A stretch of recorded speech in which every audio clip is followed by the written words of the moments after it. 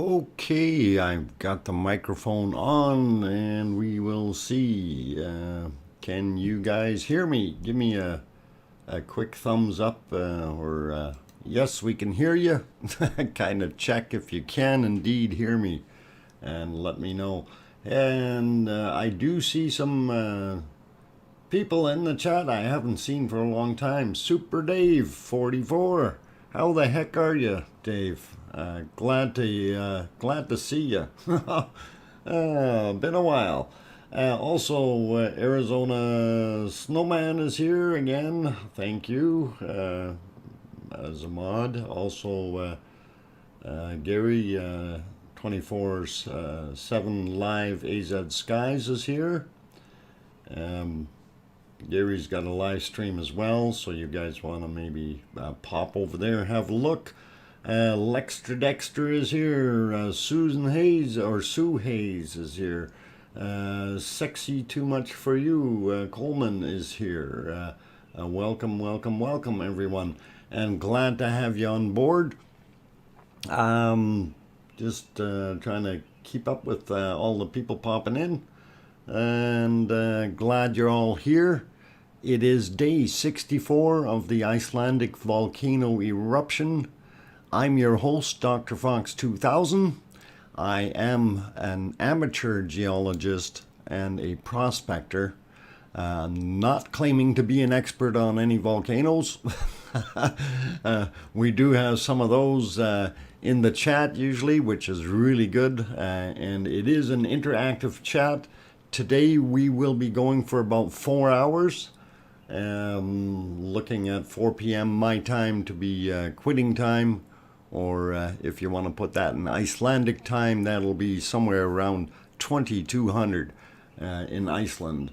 Let's see, another one there, Gary's Variety Channel, first time here from the UK. Well, welcome, Gary, and glad to have you here. And I knew starting a little bit earlier would get a little bit more of the people from Europe in here, which is really cool. So Cheryl Ann is back. Good to see you as well. Let's see who else. I think I got most of you. Anyway, the interesting news that everybody is dying to hear and find out about is the lava fall. And that we'll get to that in a couple of seconds. First, I do have to throw out some kind of poor news for one of our very good viewers, and that's Kim Lambert. She lost her dog. Her little Xena, I guess, passed away during the night.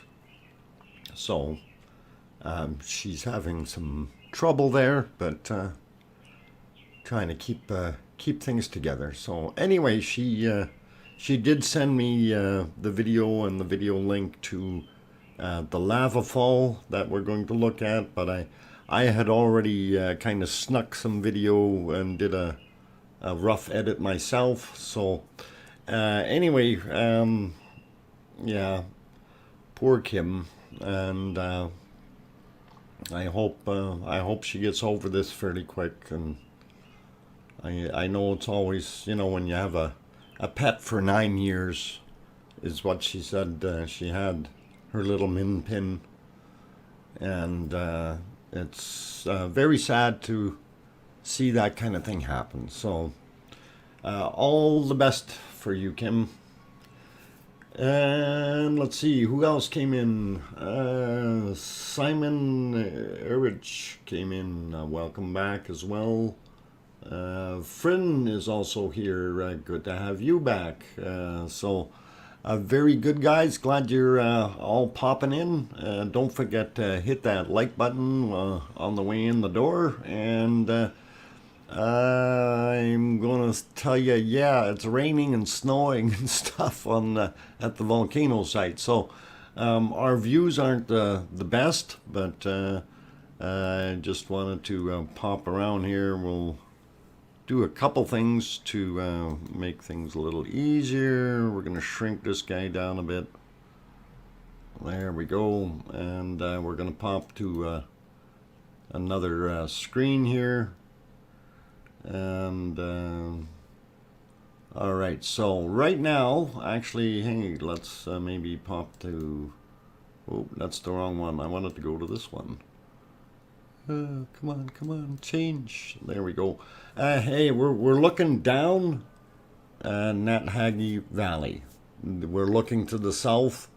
In this cam shot, the light you see way at the other end at the top there was actually the ocean. So, and they just swung the camera back. Our lava fall, of course, is down in the front. And we will kind of point at it if I can get my whiteboard to work. And let's see, is that going to work? So the breach, of course, is over here in this area as well as here. And the lava falling, it went that way, and then it kind of snaked over towards that valley, but it's still working its way over there, guys. So anyway, that's where things were happening. So now this is where I'm gonna throw the video in for you guys, and I had to do a little bit of editing, but anyway, still credit goes to the guy that recorded it, and I have the bits and pieces from the original. Some of it is a little bit fuzzy. This is prior to his edit, so we'll show you anyway. Seeing the lava flowing down, and yes, causing a lot more. That's correct, Thomas. And thank you for stopping in. Glad to have you back. Also, Philomena popped in there, as well as Dave Jensen. Welcome back. Paul Cullen, welcome. Let's see, did I miss anybody else sneaking in? Anyway, welcome everyone, and I'm going to throw that footage on here, and you guys have a look. And this is pretty cool looking, so have a look anyway. And video credit to Elva, and I'm not going to be able to say his middle name, but Olafson. So, hey, thanks, Super Dave. Appreciate that. That'll be handy to pay the electric bill.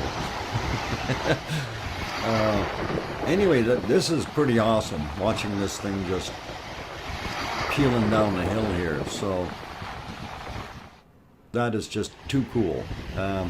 And like I said, some of this footage was from prior to him editing or whatever, and so I did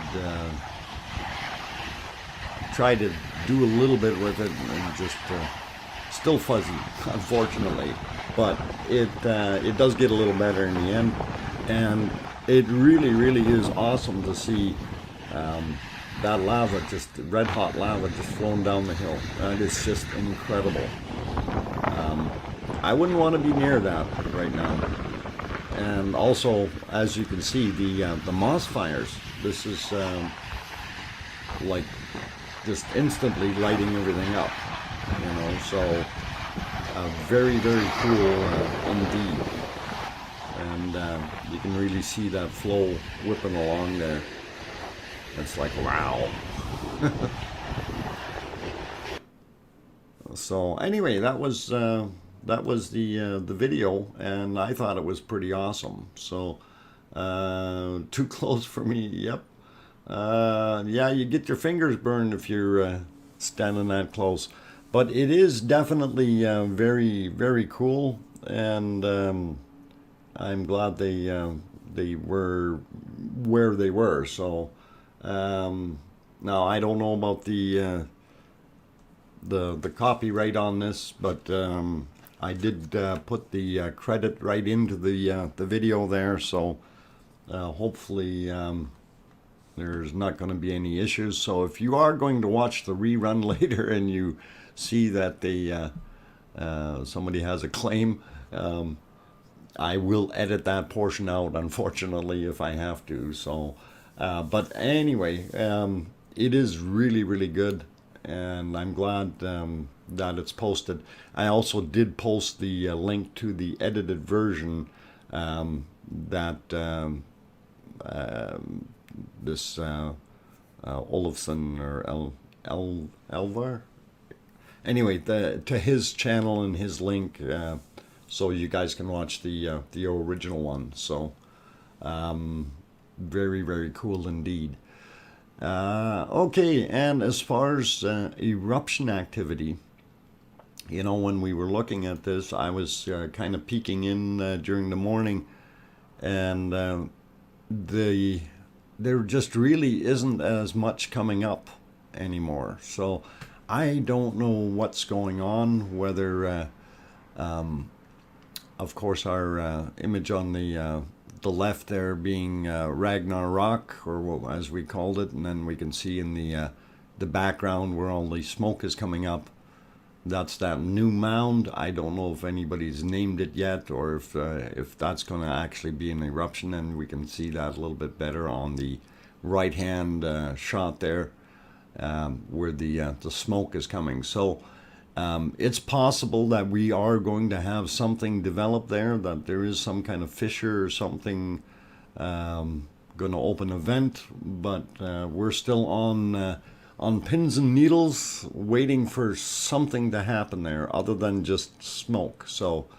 this is kind of very interesting. I have not seen you stream. Oh, he's talking to Super Dave. Yeah, I haven't seen Dave doing that either. Barbarian, welcome back. Unstoppable now. The inertia from the fall. Yeah, it will push that down definitely, and really give it some oomph. But once it gets down into the flat area, it's going to slow up and fan out, just like what it did when it got into up in the northeast Maridalia Valley there. So Thomas says it'd be interesting to see what's going on when it gets a bit darker. Yes, actually that would really be cool. And tonight should be a little darker because it got clouds, so hopefully we won't get rained out, but it will be interesting. So very cool, guys. Okay, so I see we've got about 72 people in the channel, so in the stream, 74 now, which is great. Welcome to all of the newcomers. Again, I'm DrFox2000, your host, and we are watching day 64 of the Icelandic volcano eruption.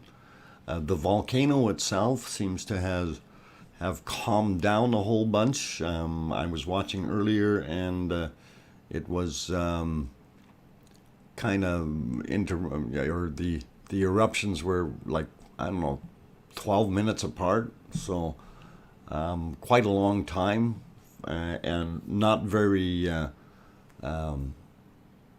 strong ones either. So it's kind of a null. Something is going on with the plumbing, as we know, or we can tell, and we do have that big pile of smoke rising in the middle of the whoa, hey, that's not locked, in the middle of the field, and we kind of wonder what's going to happen with that. So it'll be very interesting to see. I'm just trying to get my whiteboard working here on this one.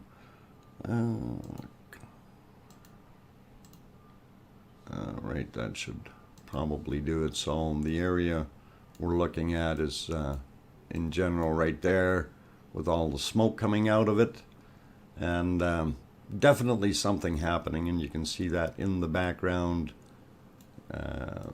on the other camera there. So definitely right in line where Bob is. I gave Bob a new hat. Cool. Let's see, there's a few new faces in here as well. Trojan Pony popped in, good to see you. And let's see, Peter Lunk, welcome. Glad you're back, and good luck to Iceland in tonight's Eurovision Song Contest. Oh, they got the song contest on. Yeah, that's pretty cool. Anyway, I'm liking what we're seeing here, so this is indeed pretty awesome. Also wanted to throw this shot in here, and if it'll go, there we go. So this is from further down the valley, looking back up towards where the fall area is, and that looks pretty interesting. So we know that lava's got a long way to go before it can get to the ocean, and I'm sure it's going to fan out and slow down back there a little bit. So of course the breach was somewhere around here, so you can definitely see all the grass fires, and our volcano is I think somewhere right here in the background, of course. So I think we can probably better explain it with this map here, so you can kind of get a little bit of a difference. So in this one, of course, it's a little easier to see it, but yeah, so our breach happened there, and then our volcano is sitting over there somewhere. So it's going to be a long time before it can get through all that, and if they do need to slow it down for some reason, they can always build a wall here if they want to try that. But as we know, it will only go so far, and it may stop it, may not, right? It'll slow it down, but we'll see how things go and what they do. So we'll get you back to the volcano, even though it's not erupting. And they moved the cameras again on me. Darn it. They do that once in a while. So it's all cool, guys. Let's see. Who else has popped in here? Liz, welcome. Glad to have you here. Tony Miller and Maui. Welcome back, Tony. Good to have you here as well. Fun comparison to think about 44 million cubic meters is the current output from the volcano since it began. Wow. That isn't or hasn't reached the daily output at Holurar. I don't know if I pronounced that. Holurar? But anyway, in 2014 at 50 million. Wow. Yeah, that's, but you know, that 44 million, that's actually enough. If you take all that lava and you plunk it over into Mare Dali, or into that valley, that would have filled that valley up.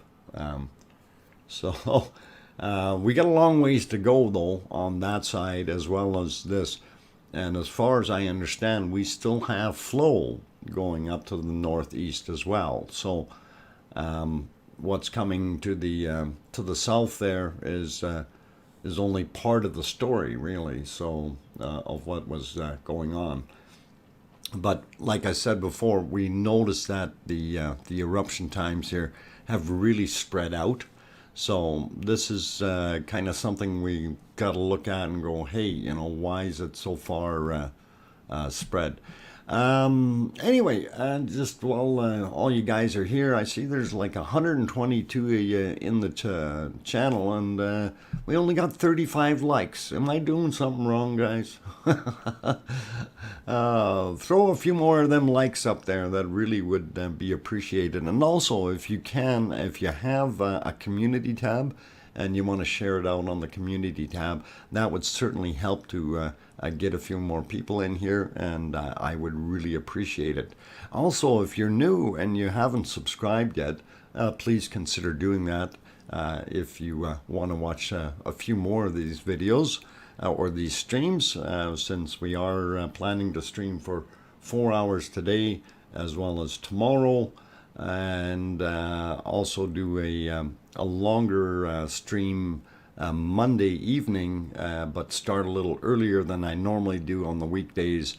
So we're going to start that one at 4 p.m. my time, which will help out for the Europeans a little bit, so they get an earlier stream. So, and let's see, what else do I need to say here?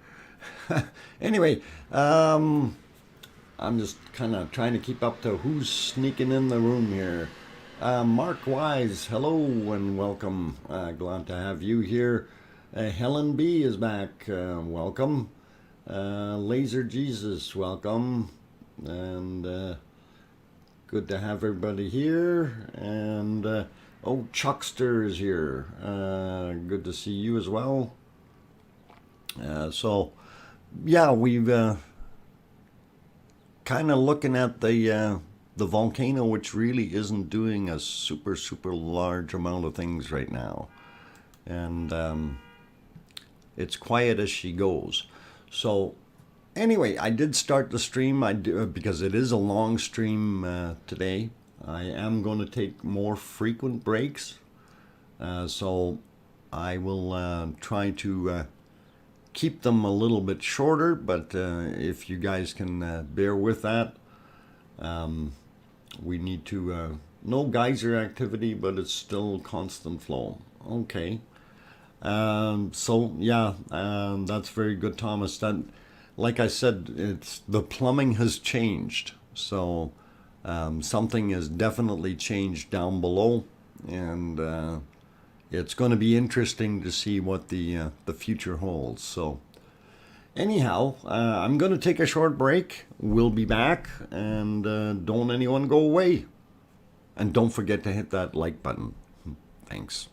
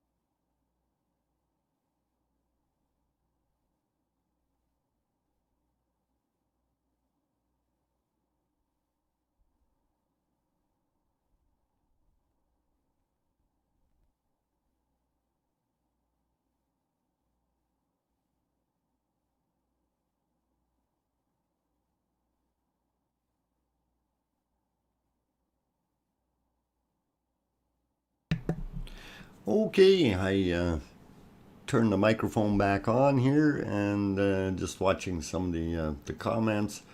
Super Dave, if you're still there, you take care, bud, and we'll see you hopefully soon. And let's see, somebody said that the western wall is going to collapse tonight. Yeah, Thomas said neither of the walls, neither will collapse. It just flowed over, and that's exactly what was happening. It flowed right over top. It may, if you got some bigger boulders and stuff, it may scrape it a little bit and cut a little deeper wedge, and with flow, just like what happens to the top of the volcano, where you get a little chew marks and stuff like that. It's gonna wear through. It's just natural to do that. But as far as we can see, most of everything went over the top, and I'm particularly looking right there and wondering if, oh, that's a bad looking arrow. Anyway, so right in there, and I'm wondering if that's going to come over soon. And because even we see it here on the edge, it's actually all the way across. It's pushing up, it's lifting up. So if it has enough push, we're going to see that go as well. So going to be very, very interesting to see. Let's see, a few other people here. Alan Coker, welcome. Truth Above All, welcome. Same as the Eastern Wall. Yep. Yeah, we're going to have the same kind of thing. It's going to push right over top, and it'll scrape through a little bit, that kind of thing. But, depending on the flow and what type of chunks of lava are coming that way, that's kind of what you want to look at and see. The bigger chunk, if it has enough momentum, can scrape a little bit out of there and keep going. So let's see, a few more people popped in. Status Quo, I did mean to say hello to you, and I've seen you in there. I learned to predict nothing in Iceland volcanic systems, something that virtually all fissures open up are in a general line like a zipper. What if it's was one line of questioning, a good line of questioning. Yeah, it's all in a zipper, but that other one that's further out in the middle of the field here, if this is indeed a hot spot, and we're going to get a cone there, that's kind of going to be interesting to see what happens. But that means that that fissure, because our line is basically coming this way like this, right? So that means this then now has another crack in it going that way, underground somewhere. So very, very interesting in that respect. All right, let's see. Daryl Spurlock, welcome back. It is so good to see you. Yeah, good to have you here, Daryl. Shane Leslie Madison, right there where Fox head. Okay. Oh, right where that darn fox head is. What up? He gets right in the way, doesn't he? Yep, that's where it is, and I will show that video again in a little while here.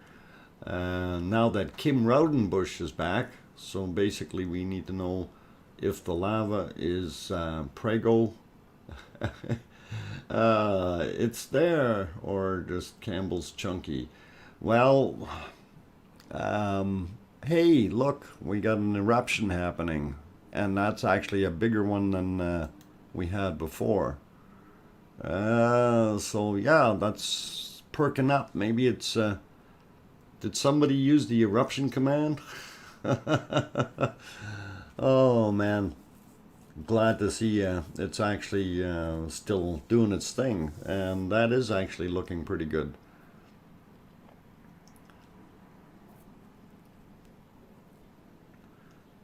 Okay. That wasn't very much. It stopped already. Darn. I was hoping it'd continue for a little bit. But we had a little bit come out.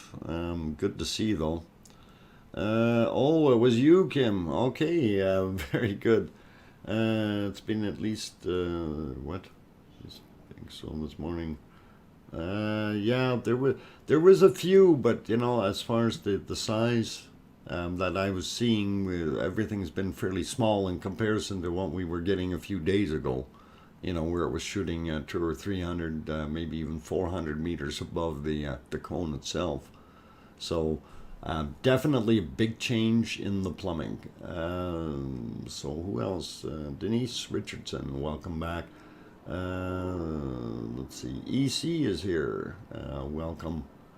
Did I miss anyone coming in? Got Philomena, we got Daryl. We need to always get Daryl, otherwise. Oh, Henrietta, welcome back. Glad to see you in here. Let's see, just sliding back. Ellis, right, welcome in San Diego, and no Larga nor bar. Okay, Nola granola bar. Okay, Nola granola bar. All right, I think I got it. Welcome, and glad to have someone from Oregon in here. That's always a nice place. Nice place to go. Okay, so I think there was a Peter was in here as well. I don't know if I mentioned you, but anyway, you got it. Okay, Nola granola bar. Okay. Very good. Thanks. And welcome to everyone who has come in here. Just to let you know, I am DrFox2000, your host. I am an amateur geologist, so I do not claim to be a know-it-all. I do know a few things, but some days I forget things. Anyway, love this kind of stuff, and glad y'all came to join for the stream.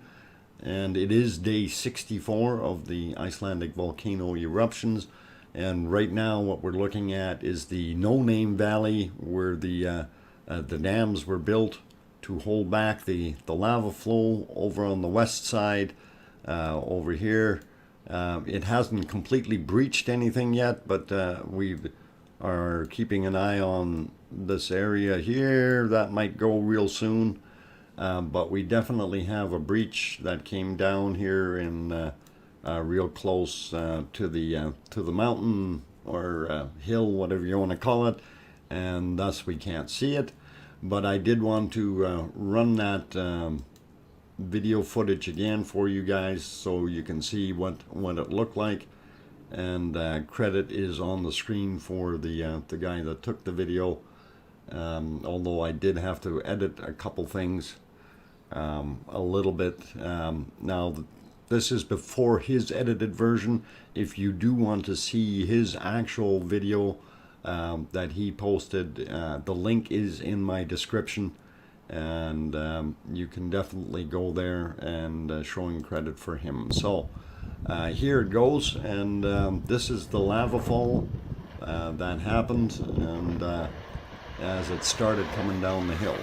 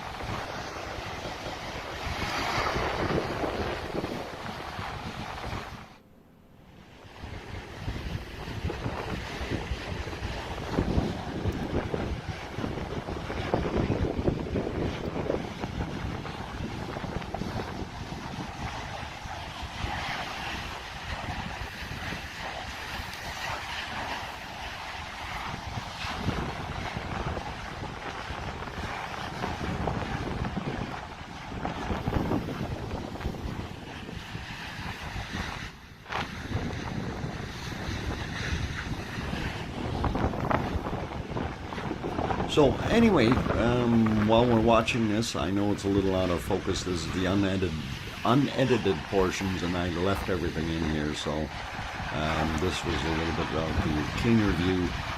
And as you can see, the smoke is caused by the moss fires right along the edge of where everything is coming down. So it is looking pretty good. This is into the valley where the lake is. Yes, that is correct, Daryl. It's going into Maridali, or no, sorry, Nathagi Valley. So just to give you this shot here, so where it's basically come from is it's breached up here in this area, and it's flowing down that direction now. So I know that's not easy to see, but so that's where the breach is. That's where it's coming. We're expecting the other side to come in as well in the near future, so we will see what happens. So anyway, it's got to come through here, and basically here's the exit. And if they want to slow it down a little bit more, they can build this up to maybe save some stuff, but who knows what they want to do. And it is pretty cool to see that stuff. So anyway, it is really interesting to see that lava flowing like that. And I want to keep it back on the cameras here, so hopefully we can they just shot down the Nathagi Valley. So darn it, I got back too late. It happens every time I start yakking about something. They decide to show the other end. Anyway, GT talks to himself too. GT, oh, okay. Yeah, there was some stuff there that we had to edit. Interesting.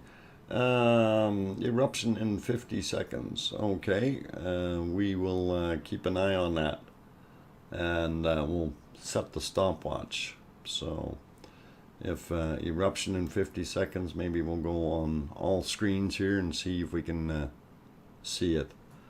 Okay, let's see. Nino, welcome. Shane, welcome. 99 Nations, hi, welcome back. Oh, Miss Pac-Man, wow, I thank you, appreciate that. KC, Taz is there. Who else has popped in? Okay, I'm just looking here to see if, in case I missed some of you. Oh, Cliff Helm has popped in here. Kirsty is back. Welcome back, Kirsty. Just going up the list real quick, and I think I got most of you. Into the valley, yeah, we're okay. So, very cool. Kat is back. Welcome. What's CID? Hello from France. Bonjour. What happened? We had the lava fall. And that's what happened. And we're going to be keeping an eye on things to see if we have more lava falls happening. The area that we're really interested in is if we go to this view here, of course, is what we can see over on this side here. So as you can see, there's some smoke and stuff right there, and this is all hanging over the edges. So it's ready to go pretty soon, guys, and I think we may have it happen fairly soon. So it will be very awesome to see that, and I'm liking it. Let's see, gun target beat. Okay. Francophones. Francophonic. Oh, come on now. Raphael, welcome from Strasbourg. Strasbourg. Glad to have you on board. Let's see who else. Okay, Kunkel is back. There I see. Okay. That's pretty cool. So, glad to have you guys here. Anyway, all these people in the room, I will give you the spiel who I am, just so you all know. I'm your host, DrFox2000. I am an amateur geologist as well as a prospector. And normally I don't deal with volcanoes that are still red hot and on fire, other than streaming them. I love looking at it, and I love bringing that information along to you guys, and of course enjoy having the interactive chat with everyone. And we do have some very smart people on board that know a lot about the volcanic activity, as well as we've been watching this now for 64 days, so we do have a little bit of knowledge of what is going on here. Like I say, if you want to join in, by all means, you can do that by getting into the chat, asking questions. If you do have a question you want to direct to me directly, please make sure you put DrFox2000, all one word, so it turns red in the chat.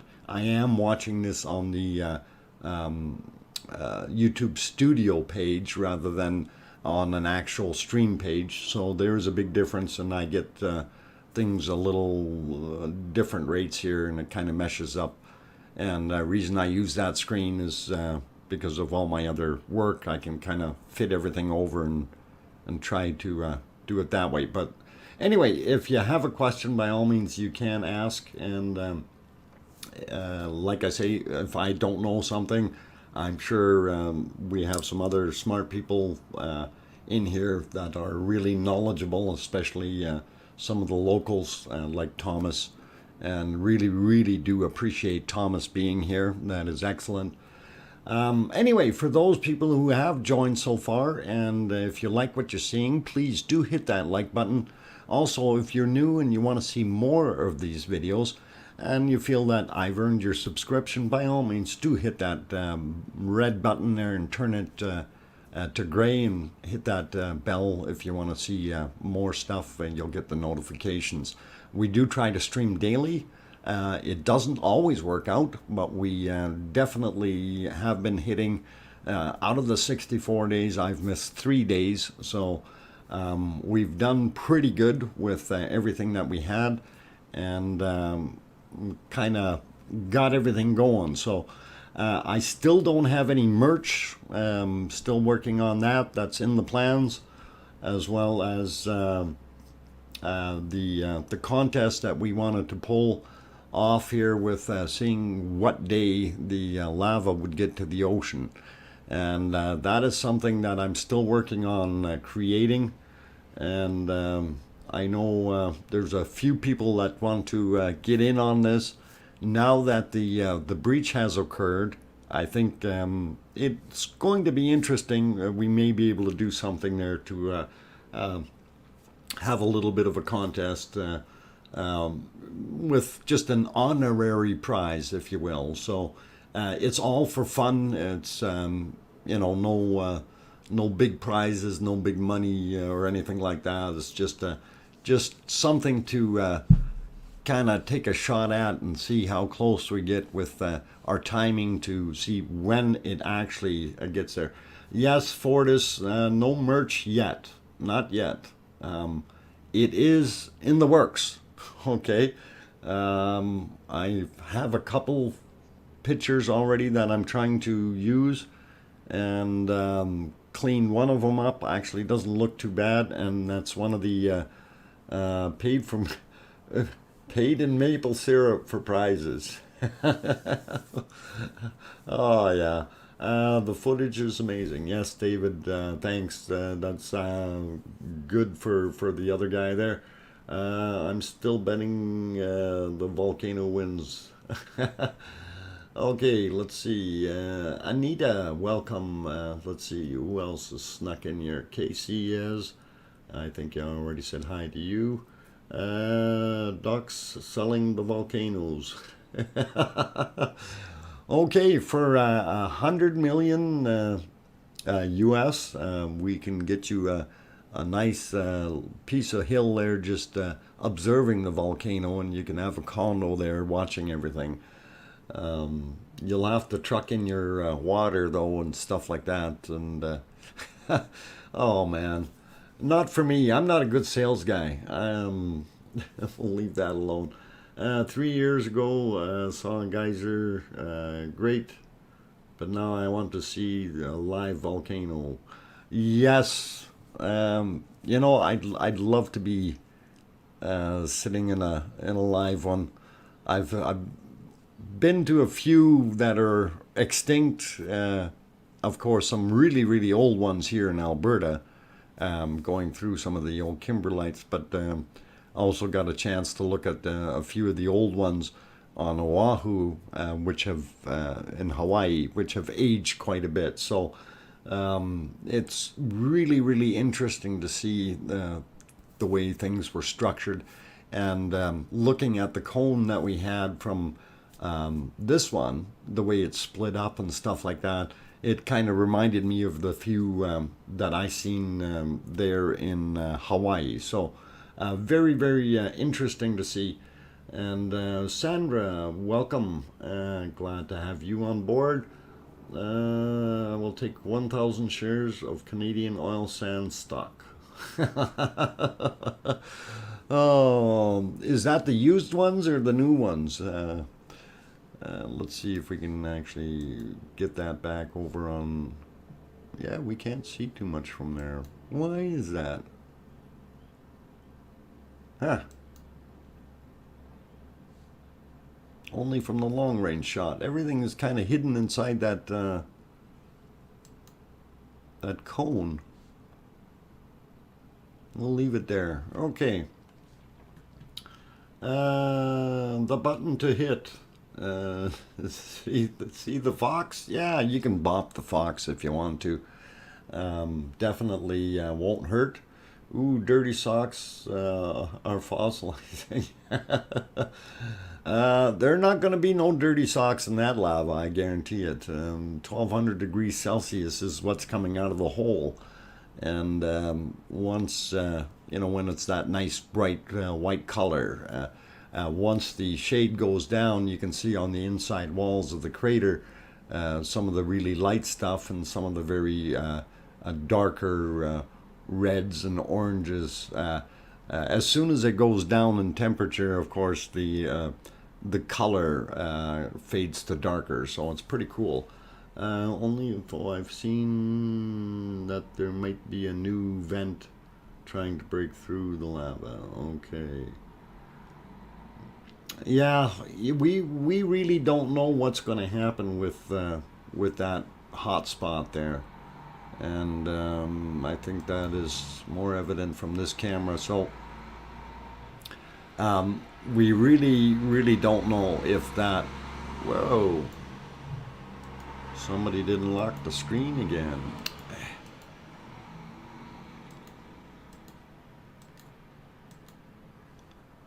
Yeah, that spot right there. So we don't know what's going on there yet, and I'm just gonna say something has changed in the plumbing in Ragnarok. Okay, so obviously, you know, for every action there is always a reaction of some sort. So if something has happened in the plumbing and we now have a fissure developing underneath here, some kind of a pipe or whatever, where the lava is flowing, it's yet to be determined, but things underneath there have definitely changed. So, and I see it's actually going into eruption right now, so that's pretty cool. And let's see how high it actually gets. Just a little over the top of the cone. And mind you, you guys got to bear in mind, this thing is now it's mega wide. Like, you can basically put a football field inside there in that cone. So it is huge, and it's, yeah, it's massive. You can definitely have a big party inside there, a lava party if you like. But I wouldn't recommend it. But that is like one heck of a big cauldron, probably 100 some meters in diameter. So it's like 300 feet wide. That's a pretty big lava pit. So it is very stunning. Yes, indeed, Anita. Very true. Let's see. Robert, welcome. Aaron, Erard Horton. Okay. You have to love Alberta, Canada. Yep. I do love Alberta, Canada, to a degree. I wish it was warmer. um, so, anyway, I was scared of the Hawaiians when I was a little kid. When I saw them walk on lava rocks.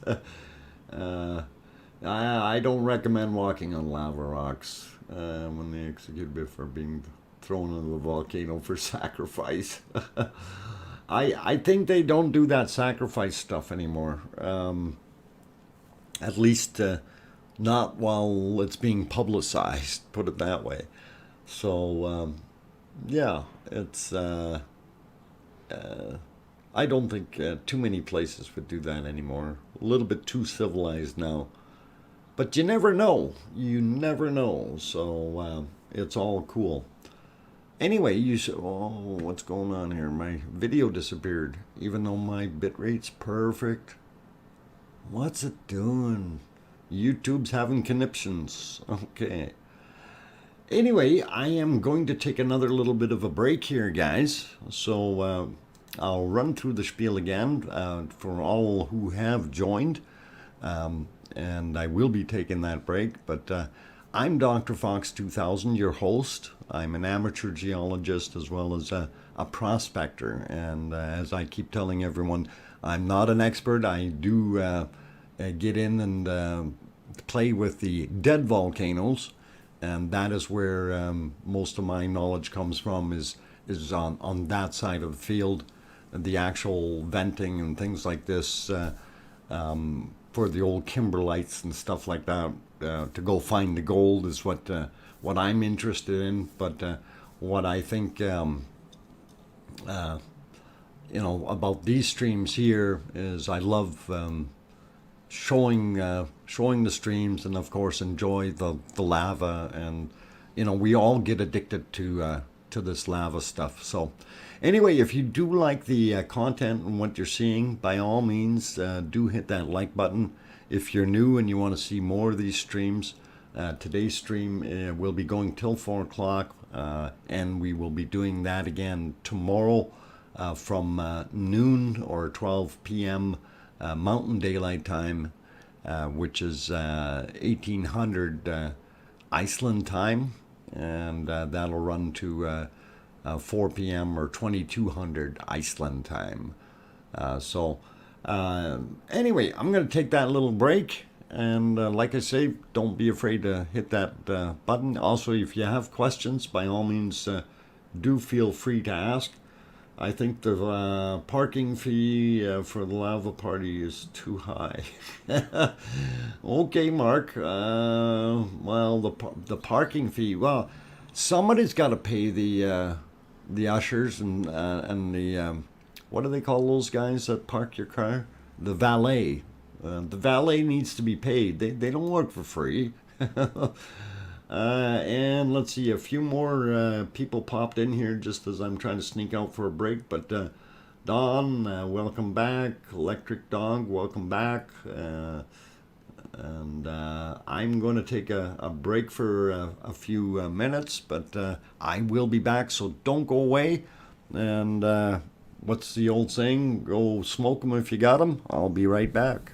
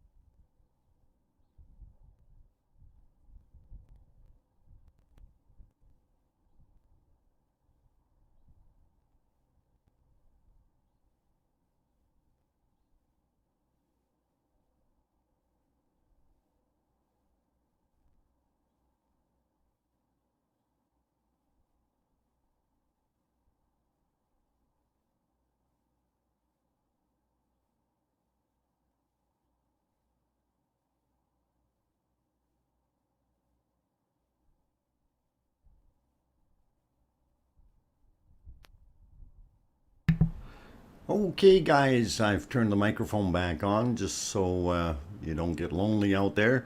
Anyway, I'm DrFox2000, your host, and I am back from my little short break. And I see a few people are saying that they couldn't see something. I think it was David. Now the flow going down the hill will have lava that's crusted at the top, deflated. At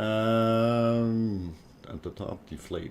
Yeah, the pressure at the top end is going to be a little less. So it may, depending on if we have a decent stream or tube of lava going over into that area, it's going to depend on how much that flow is going to go. Anyway, for those wanting to the original video, this is the lava flow video with the link to the actual YouTube channel or for Elvar, and hopefully you guys, if you want to go over, have a look at that there. I will be playing the unedited, well, it's edited slightly, but version of it here again, and including some of the fuzzy footage, if you will. So, but it's all good, and hopefully I'm not going to get in trouble for the copyright. Anyway, it is posted, so we know where it's coming from, and if I do have to edit that out of my live stream afterwards, I will be happy to do so. It's not that big of a deal. So but if you are just joining the stream and you're watching this now, by all means, please note some people watch the stream afterwards, and if you are watching, please make sure that on top of your chat that it says top chat or live chat. If it says top chat replay, that means that you are actually watching the replay. That means the stream had already ended, and no, you can't put comments in there into the live chat stream portion. You'll have to put your comments in underneath, just so you don't get confused with that. We've had a few issues in the past, just to help everyone out, and hopefully that makes sense to you guys. And yes, we do have a lot of the videos. Like I said before, we've only missed 3 days, and oh, they're gonna swing that camera around. This is gonna be pretty good, and yeah, you can see out in the distance there. So pretty cool stuff, and that's the Nathagi Valley. And that's where the lava is going. So right now it's just down at the very bottom in the corner there. So we'll see.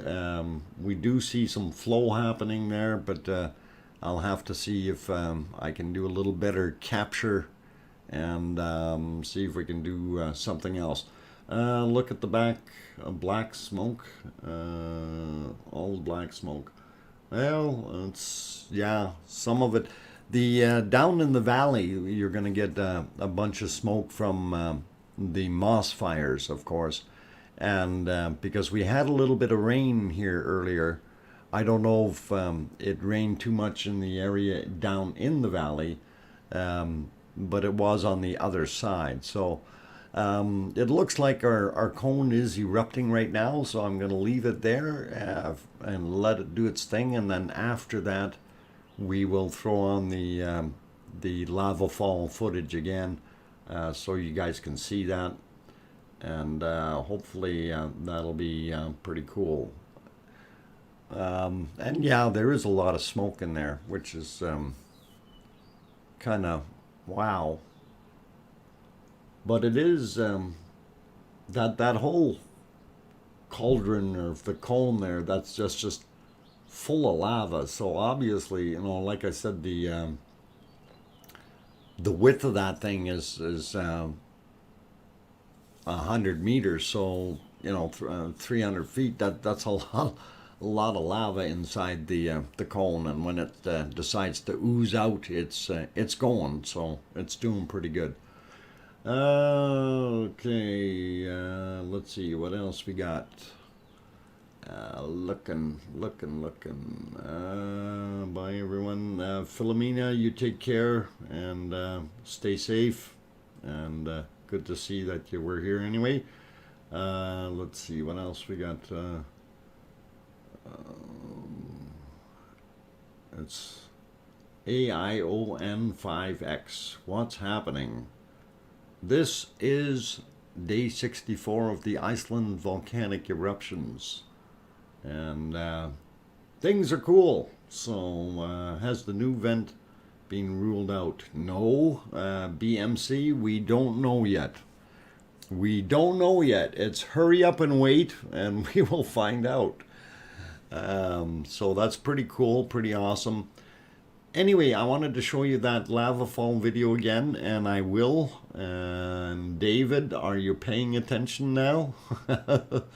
Here we go. And yes, it has volume, so I was trying not to talk too much while it's coming down, because you can hear it.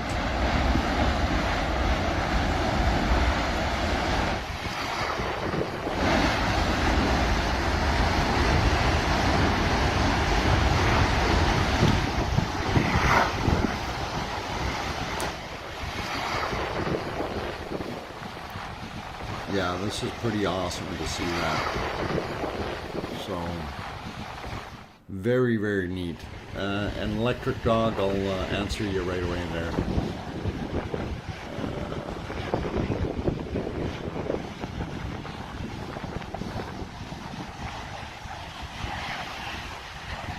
What do we know about the basalt coming out? We know that it's between 80 to 82% silica.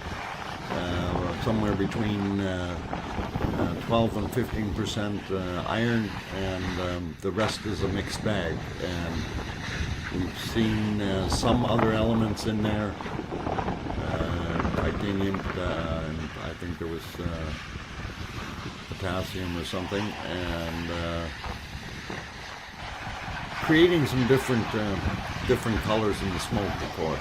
But right now, the smoke, most of the smoke we're seeing in this is the actual moss burning on the sides, and it's a pretty awesome lava flow. So that gives you guys a pretty good idea of what went on and what's happening, and it looks pretty good. So. Very cool, very cool. Another film clip, maybe Guten Tags shows it falling like a waterfall into the, okay,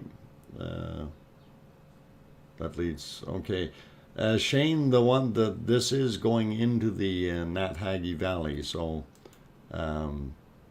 if we use, actually I should go to that picture first, and then the long-range picture, and you can see where I've made the circle is basically where the breach happened, and the other side is the arrow is pointing to the western side, which we feel will breach fairly soon. So this is the shot from the south looking up into the valley, so that's more or less the same direction as this.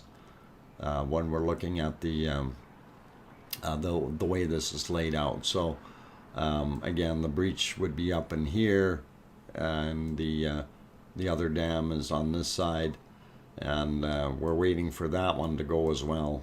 So this one is definitely snaking through here and heading that way. So gives you a little bit of an idea what's going on, hopefully lay of the land type of thing, and I will throw it back onto the other screen here and try to catch up with the chat.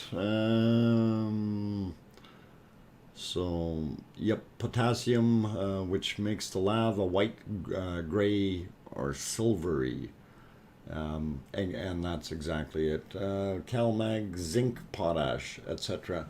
Okay, yeah, yeah, those are the other goodies that are in there, and yeah, for those guys saying, well, is there gold in there? Uh, there may be minute amounts of gold, but to try to extract it would be very inefficient, and you would basically be wasting your time. So, um, how do you think you can handle the continuous lava flow? How youth can handle? Well, handling it, they're not going to be able to handle much. It's they can possibly put up another dam down on the bottom to slow it down a bit, but for the most part, they are stuck with what they've got. And once Nat Haggy fills up, if it's not blocked off, then it's going to flow through there fairly quickly. We give it a couple of months. But then again, we could also still have some changes up in the lava field where we could get blockage coming to the south. We may end up with something. Whoa! How come my crayons aren't working? We could have some kind of blockage here, and that would force the flow back down to Maradalier. So in the northeast, and there we go. We got a nice little eruption now, so that looks pretty cool. Liking that. And that's bigger than what we've been seeing. So she's starting to build up again. No settlements in the way of the eruption. Only the poor farmer. And yeah, okay, this thing is erupting fairly. This is the biggest one that I've seen in the last little while. So it's maybe it's building back up. There's a house in the way, but nobody lives there. It's basically a summer house. So yeah, we had a view of that house somewhere in one of our files here. So I will see if I can bring that back up. And now the eruption has stopped and the smoke is increased over coming out of the other area again. So like when we're looking here, right, this direction. So it's kind of weird that, you know, every time we get an eruption, it seems that this thing is smoking more. So, or just right after that. All right, let's just clear my scribbles off, and very, very cool. Let's see, other people popped in here. SFD, welcome. Let's see, Harry is here. Welcome as well. Going up the list to see who else I missed. I think I got pretty much everybody. Brown Warrior, Nature 1, Human 0. Yeah, it is that way. Andrea King, of course, I got you earlier there, so all good. Okay, what is the conjecture? Is the smoke? Is it smoking more because of remelt, old lava layers, or layers way down deep? Well, I think there is some moisture in there, because that's basically coming off like steam. So if we're looking at some of it, I don't know. It's hard to say what's actually in there. And with it being so cloudy, we can't see if it's actually vaporizing or if it's staying those gray colors and actually smoking up into the air. So I wish we could actually see that. All right, let's see. A mile from the volcano. Grandavik won't be isolated. It's not.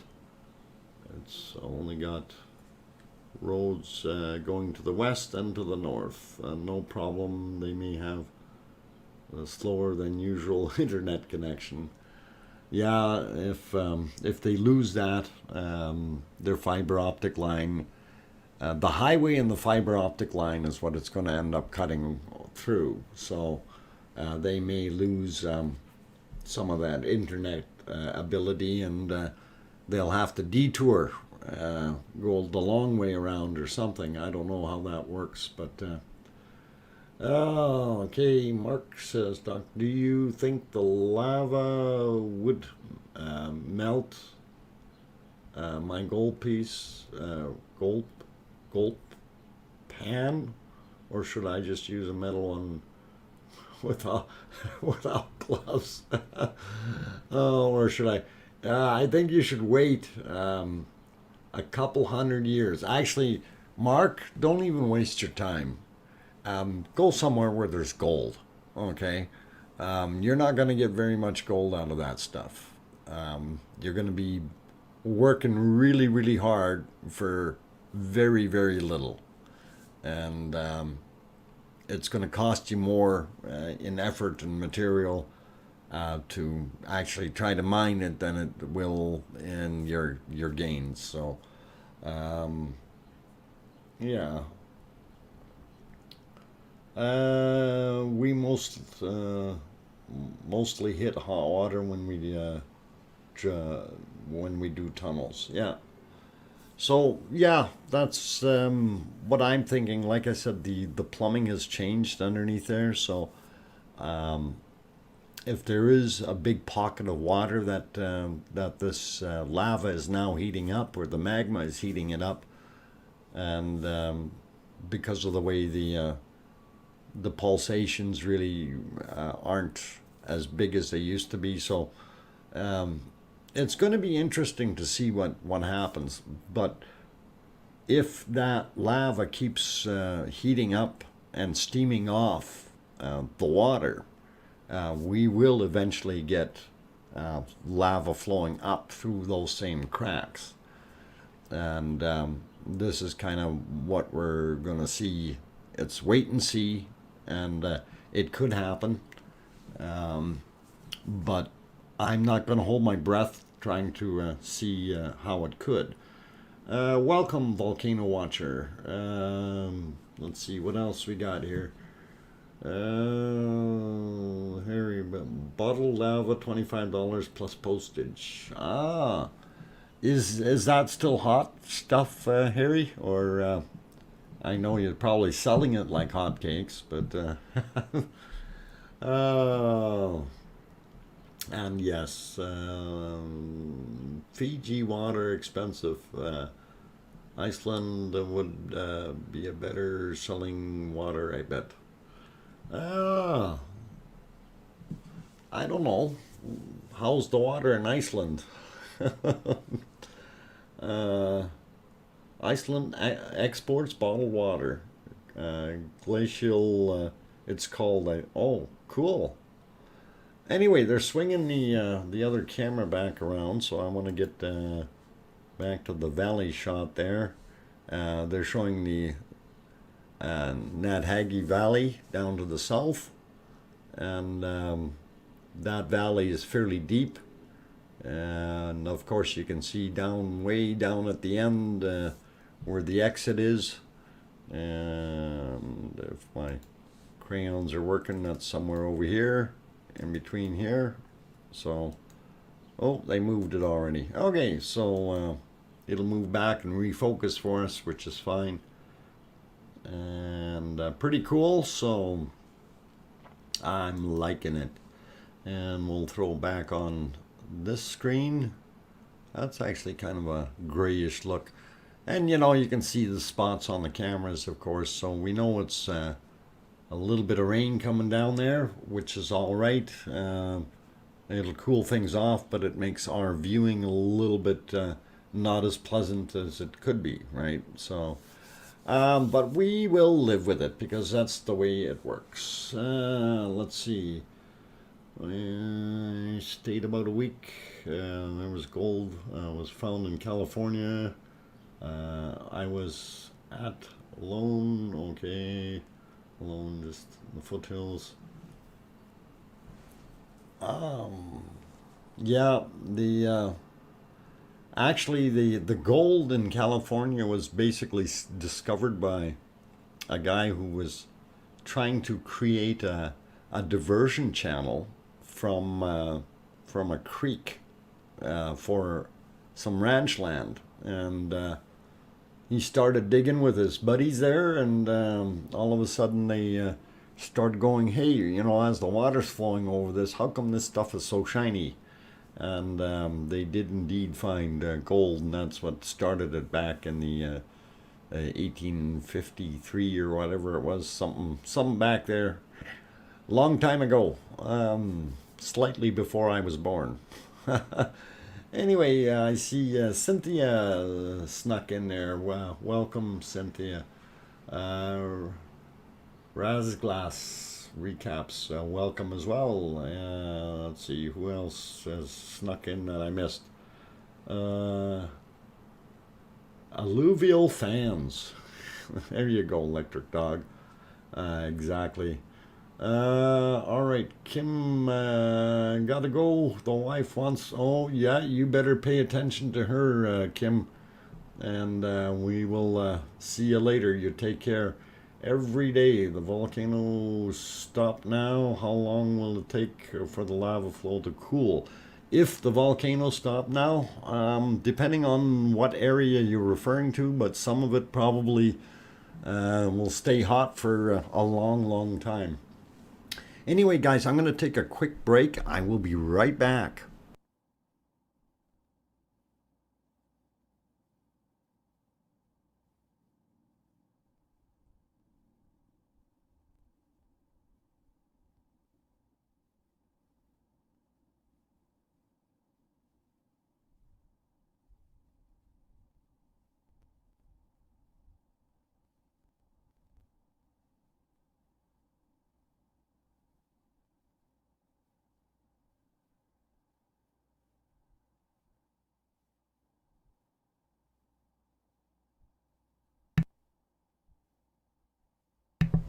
Okay, I'm back. I had to do answer my door.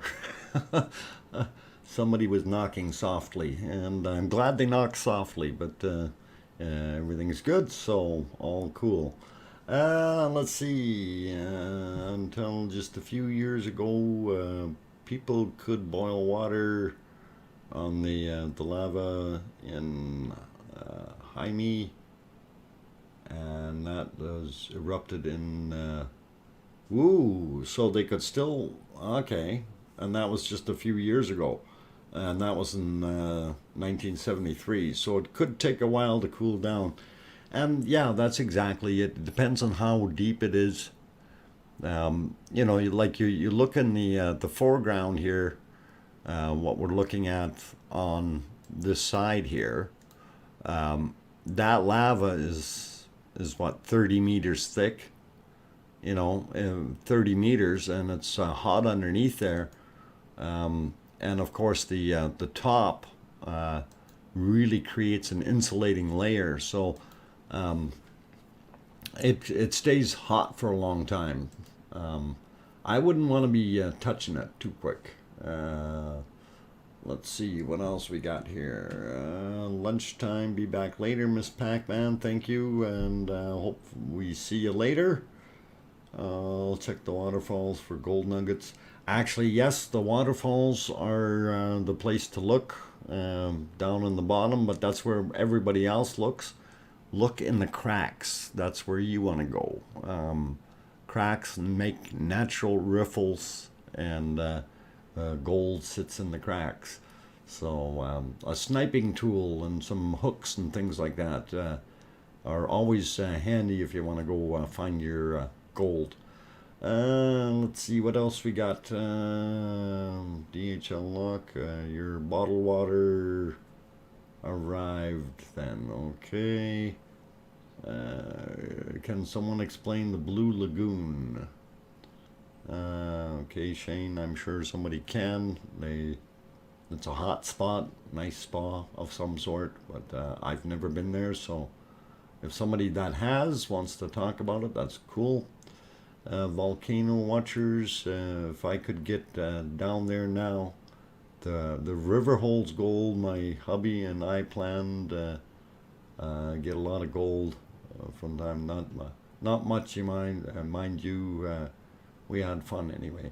It is always fun getting the gold. And it depends on where you go, you know. In some places, sometimes we find gold in places that other people aren't looking, you know. Always look in the stupid places. You'd be surprised sometimes. But use common knowledge, and you'll be interested in the way things are happening. Anyway, hang on, I got something here. Is that a text message? Oh, it's a text message reminding me that I have to go get my vaccine on Tuesday in the afternoon. So that'll be good. I'll be getting the first poke in the arm there from those guys. So that's all right. Gold is where you find it. Yeah, gold is where you find it. But, you know, gold is usually where the places where you want to look is where it concentrates a little bit more. So that makes it a little bit easier. It's close by, I think 16 kilometers as the crow flies.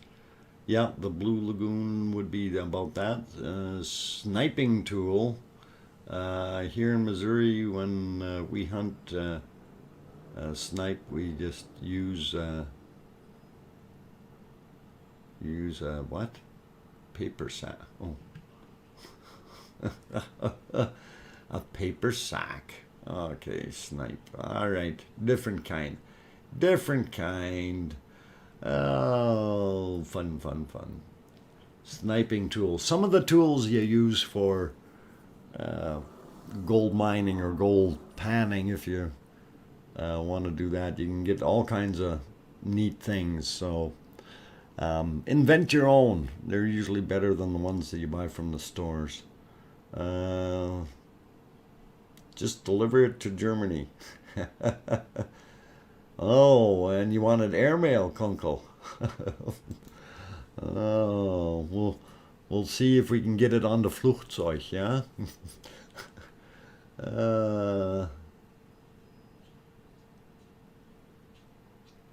My ex had gold in her crack.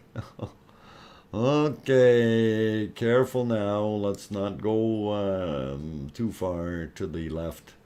I'm in mode too. Okay, cool. Thanks, Alan. Good to see you. Let's see. Of course. Okay, Kunkel. All fun, guys. And our volcano is erupting, but we're getting rained upon, which is not so good. But anyway, it is what it is. We can't control the weather. My weather control machine is not working. My teleporter doesn't work either. So, nor does the cloning machine. So I got a bunch of things I got to fix. Oh, fun.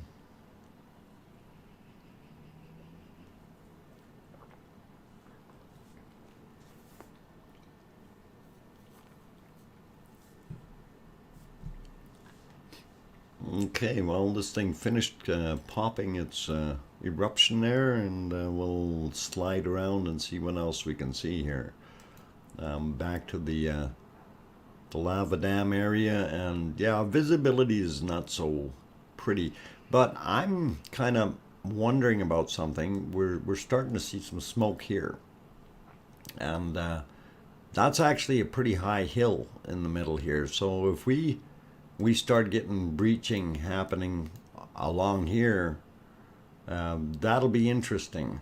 Now, when this was originally doing its thing and filling this valley, we did have a flow that was coming in like this and it was curling around and kind of heading back that direction. So I wonder if there is still a path underneath here somewhere where that's actually doing that, and that's forcing some of this front material forward. So obviously we have the hot spot down here with the flow. So very, very cool and interesting to see.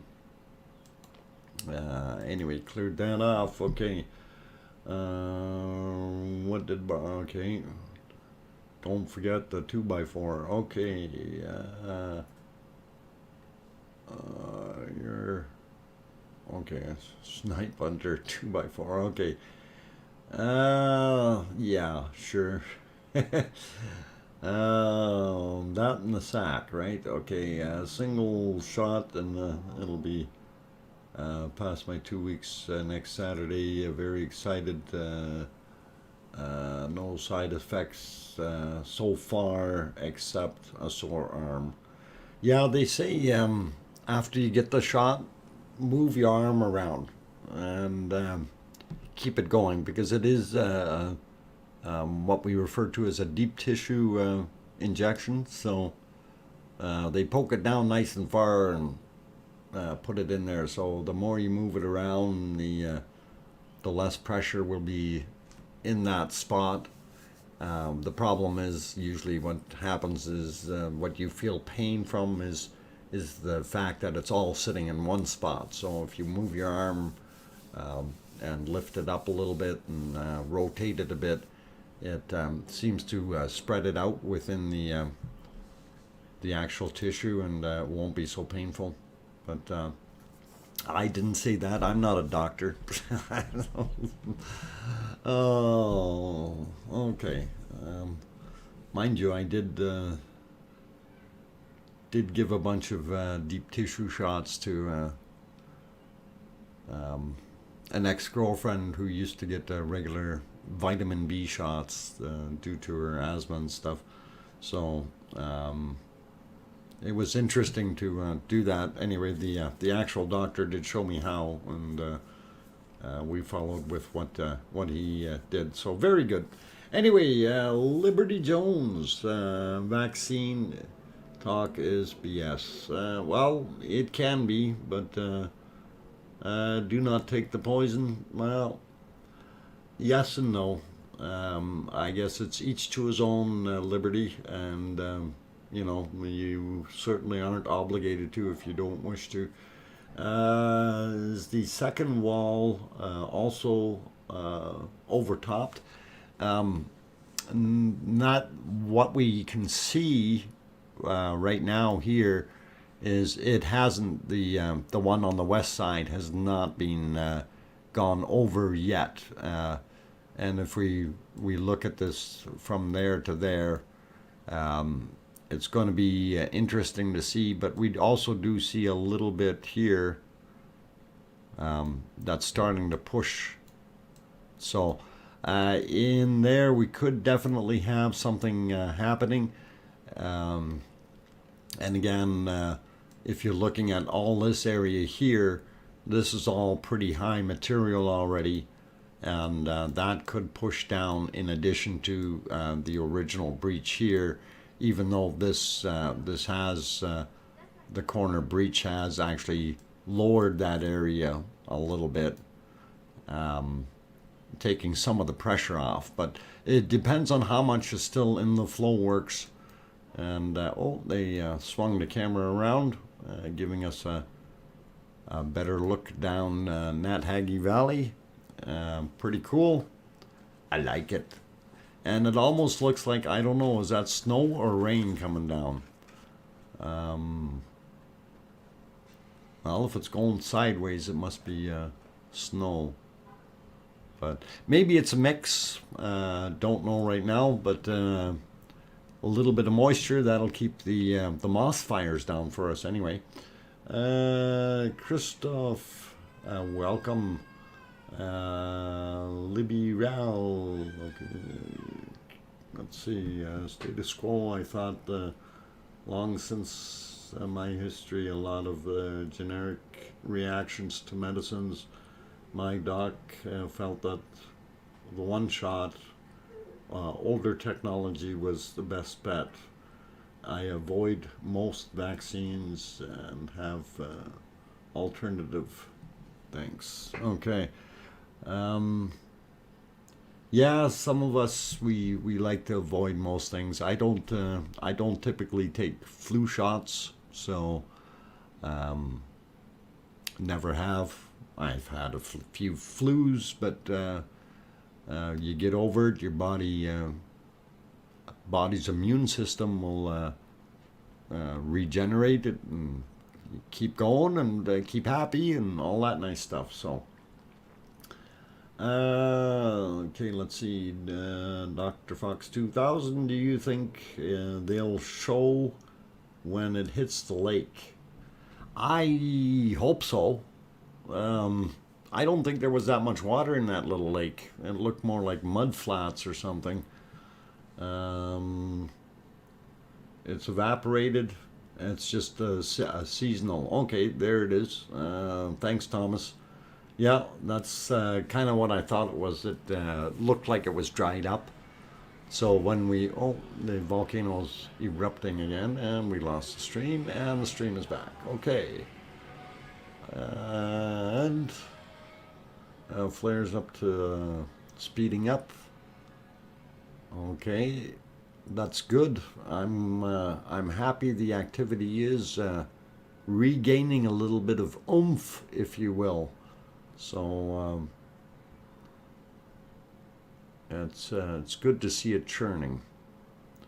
Although the flow rate is still there, so even though we're not seeing the same veracity of ejecta flying out of there, it is still flowing, and we gotta remember that this thing is over 100 meters in diameter. And there's a lot of lava in that bowl. So when it does churn up and erupt, it is ejecting a lot, or pushing out a lot out of the holes. So pretty cool to see. Definition of critic: one who talks through the battlefield and shoots the wounded. Choice is a word that holds up in the mirror. Okay. Interesting.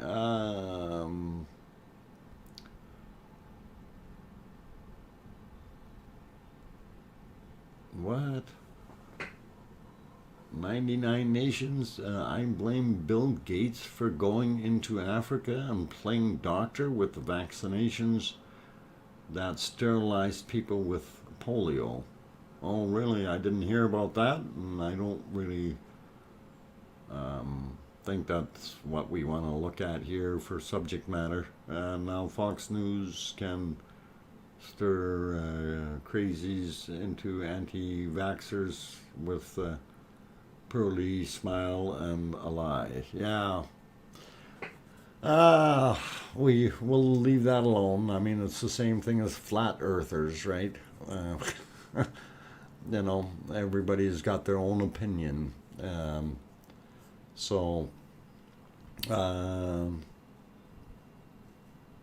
It was between 2000 and 2017. Okay, cool. Thanks, Titus. And let's see.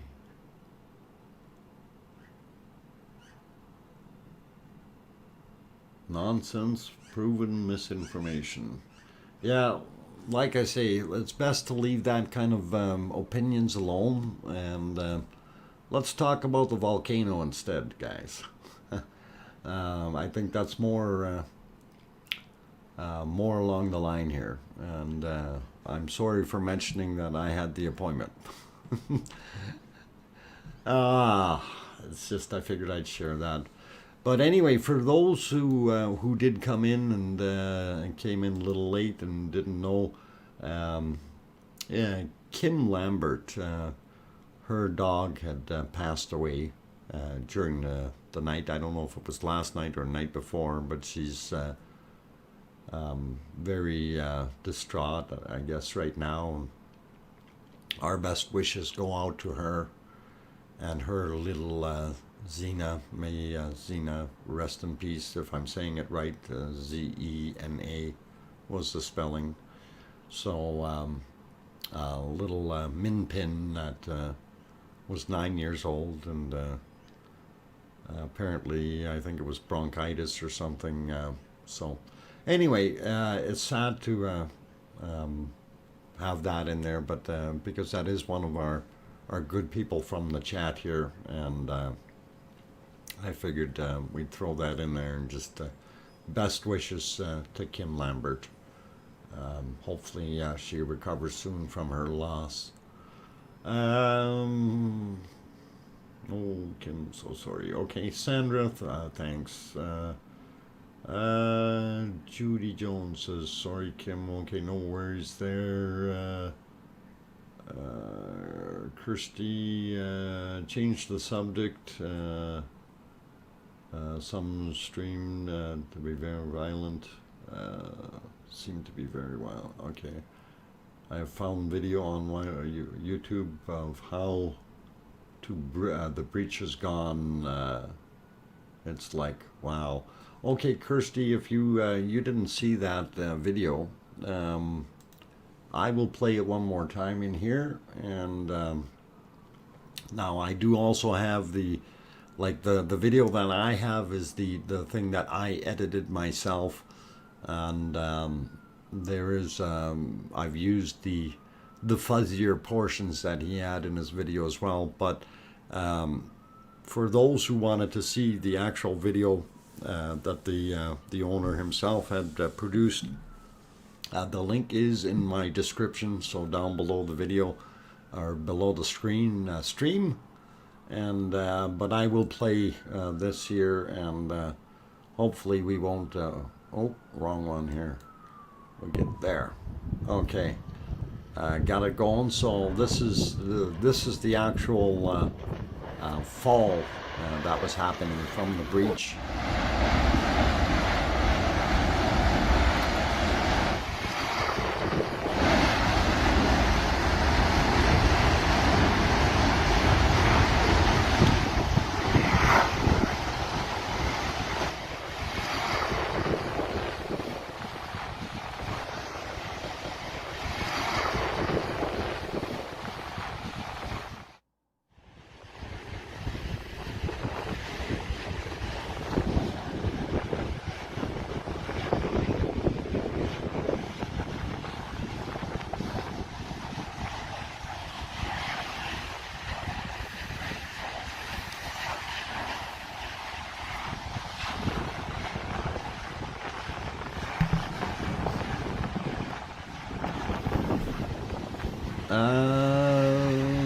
Kirsty, it won't allow you to paste any link in the channel.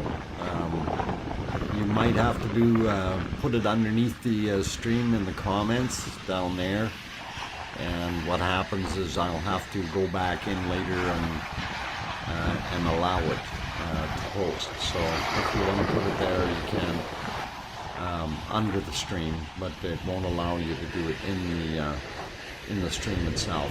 But I do have the link to this video or to his edited version in the description below my stream. So if you want to go look at it there, you're more than welcome to go and click on that and go have a look at the guy's channel.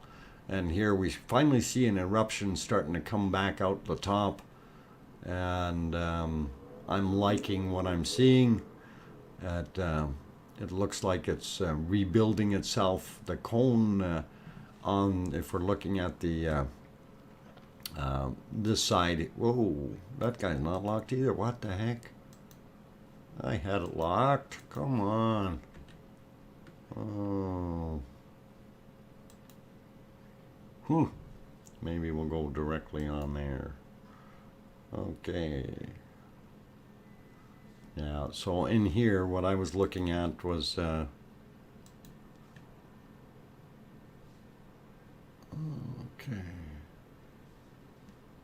Whiteboard, copy, remove, paste.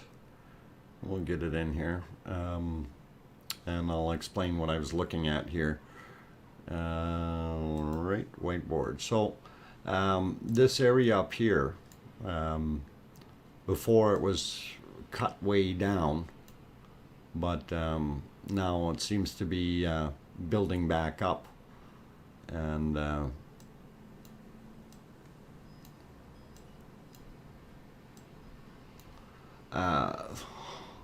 it's funny faces. Anyway, that area built up there's it is definitely up to here again. And remember, like, we were way down, it was cut all the way through, so this is all fresh lava that's rebuilt and all the way up, and we like it. So very, very good. And that is rebuilding the cone. So if we don't get too violent of eruptions happening, it will continue to build back up, and hopefully it's going to do its thing. Welcome, Robert and Belinda Butcher. I didn't see you earlier, or I did see you earlier, but forgot to mention you. Glad you're here. That's scary but cool. Yeah, it is. Very neat. Need a windshield wiper. You bet. Those cameras are a little more money than the other cameras. The ones with the windshield wipers. Unfortunately, that's not what they've got out there. So, but we do thank them for what they do have out there, and that gives us at least somewhat of a view. So, and again, going into this screen, we're looking at, well, right behind the drop there is where our main vent is, and then this is the area that's built up here. So we'll see how things go with that built up area. That's always going to be intriguing for the next day or so to see if we have some kind of event form. And then we're back to our other display here, showing the west side has not been breached as of yet, or it's on top of the dam, and it will probably breach soon. And of course, we know on the left or right or east side in this view that the lava is already heading down the hill. So that's what we were looking at earlier. Yes, that's about 2.5 kilometers from the road, but it still has a very tight place to go through. And as I mentioned before, so that lava is now flowing somewhere down here, and right here is where it's got a very tight place to go through. So on the bottom here. So if they do something to block it off here, that could hold that lava back for quite some time. This is the little lake that we were looking at, and that's turned into more or less just some mud flats as everything has evaporated there. So we'll clear that off and go back to our volcano and see what it's doing now. And just sitting there doing nothing. All right, smoking. It's smoking. And speaking of that kind of thing, I am going to take a break here. I've been on now for an hour and 44 minutes or whatever, 45 minutes since I started the stream. So need to take my third break or so, and I will be back shortly. Anyway, for those who have joined us and don't know who I am, I'm DrFox2000, your host. I'm an amateur geologist as well as a prospector. I enjoy looking and playing with volcanoes. Here's the shot where you can see where the exit is, down in the bottom of the valley. And that's out there. So once it gets to that point, The little farmer's place, actually you can see his houses here. There's the farmer's houses. And the road, there's somebody driving by. Whoop. Okay, so anyway, just a real quick one. They moved the camera back, so that's all cool. Oh, I need to nudge it over a little bit more. And I think they're doing that. Anyway, all cool. So we will be back shortly. Don't go away. Don't forget, if you're new, you haven't hit that like button yet, and you like what you're seeing, by all means, do hit that. Also, if you haven't subscribed yet and you want to see more content in the future, definitely bop that little fox on the nose there in the bottom corner of the screen and hit that subscribe button, and we should be good. I will be back. Give me 5 minutes. Thanks, guys.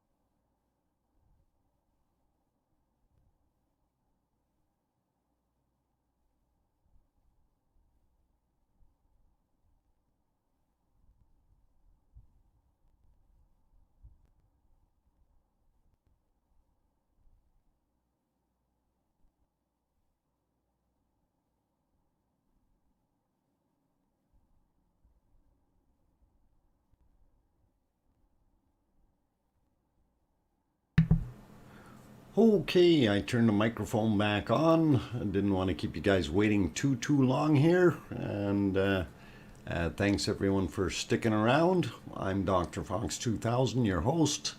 We're on day 64 of the Icelandic volcano eruption. And yes, Jeffrey, Doc was on a break. He had to take a break. But he's back now. He's definitely here. So we're all good. And stay in friends' houses on the east shore of the loch. Oh, okay. And let's see. Hey, Doc. Hey, Arizona Snowman. Glad you're here, Jeffrey Anderson. Good to have you back. Let's see. Who else snuck in there that I didn't see? Marbecco, welcome back, and glad to have you here. Jim Farrell, welcome back. Let's see, did I miss anyone else sneaking in? Libby Rao, welcome. Glad to have you on board. Let's see, who else? Sue Turner is here. Where do you moon gravity people come from? Oh, probably from the moon. There's also the people with sun gravity. Let's see, Kirsty. I have seen a video where it's already past the difficult area. Yes.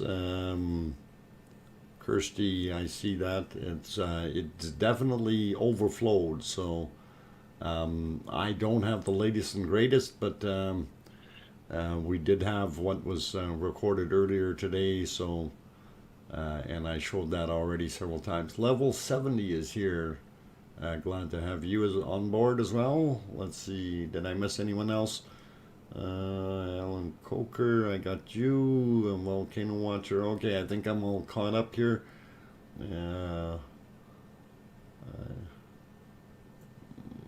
Let's see. No, I got everybody, I think.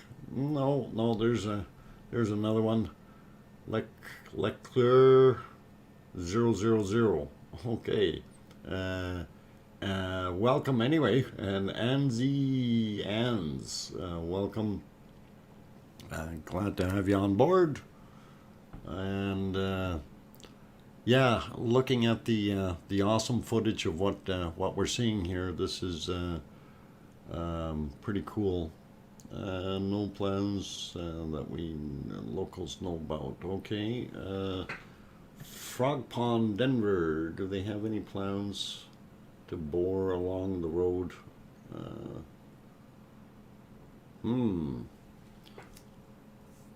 You know what they could do if the fiber optic was really in danger if we go look at that other map again. Actually, I was going to show you this shot here again, just so you have a little bit better idea of the valley, and it looks pretty cool and neat to see here. As soon as it goes live. Why is this thing taking so long? There we go. Okay. So as you can see, we're looking from the south end up north to the where the volcano lava fall is in the V of the valley, if you will. So it looks pretty awesome in there, and it's probably better depicted on here when we go to this other shot to give you a little bit more insight of what's actually happening there.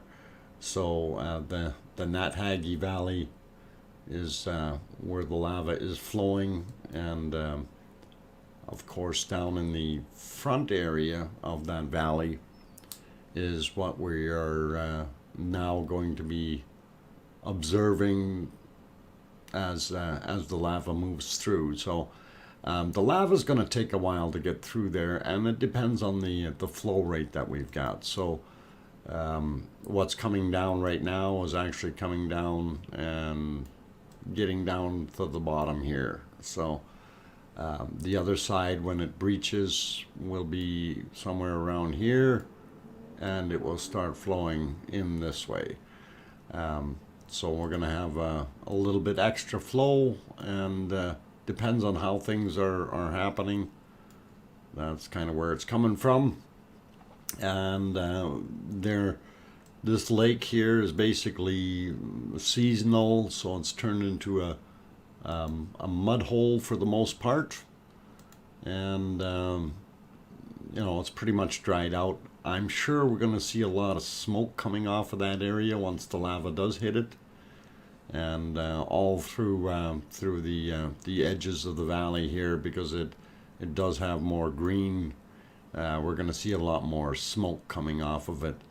Now, if they do want to block things off to try to slow things down a little bit more, there is an opportunity here to fill in this space, and that could potentially save some more time if they were so inclined. And of course, you can see the road right there, and the fiber optic cable is running somewhere beside it. So that road, of course, heading down that way and curving around. So anyhow, let's throw you back to the live volcano, and I want to clear off the scribbles first, and then we'll get you there, and we'll keep an eye on things and see what's cooking here.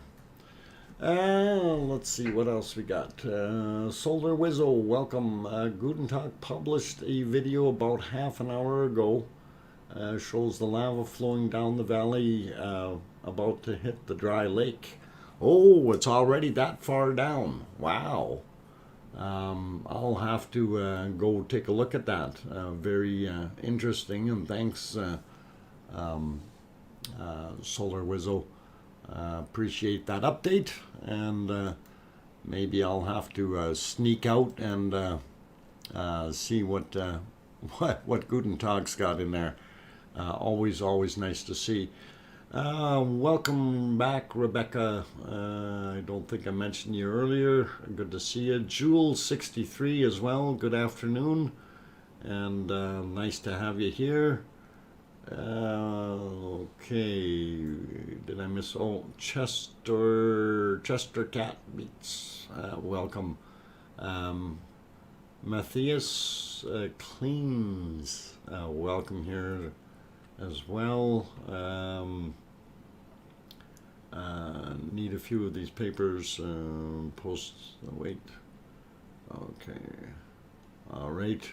Interesting stuff. Okay. Spent 3 weeks every time I watched the Highland Games in that town. All right. Fernando. Hello and welcome.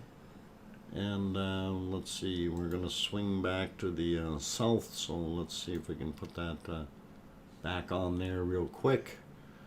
And okay, they say that the lava has almost reached the lake. Well, we're looking here. There's actually kind of two looking lakes, and I don't think it's down there yet, because this is a green area here, right?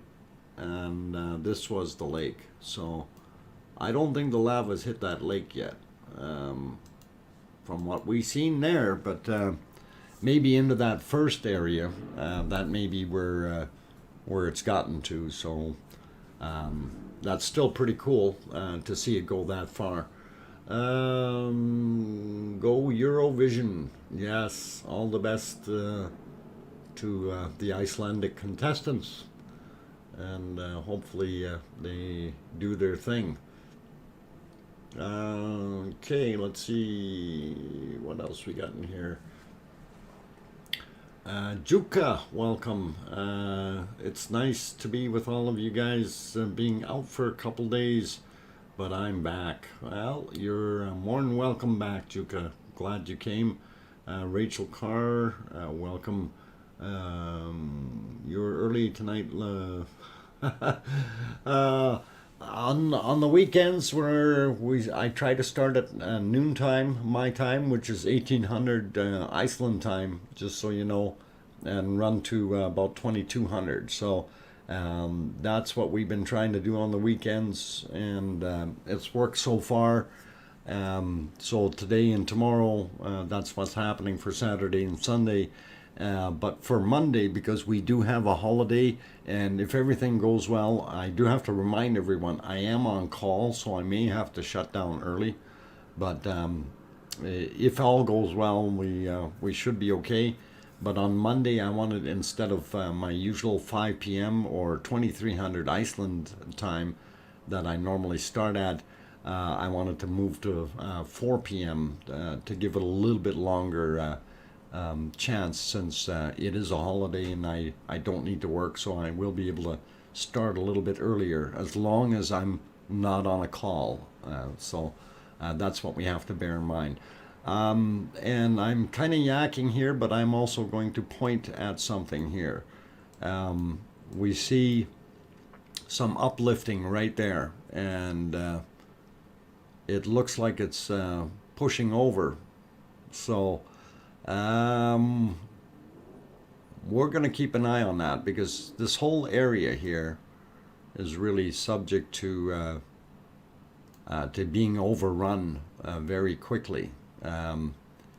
Because this lava here is actually piled up very high in comparison. So that arrow could be indicating another location where it could come over right away. So it's interesting. Let's see. Matthias, okay, hello from Germany. I love your style. Nice talk. And okay, discussions. Well, Matthias, vielen Dank und welcome.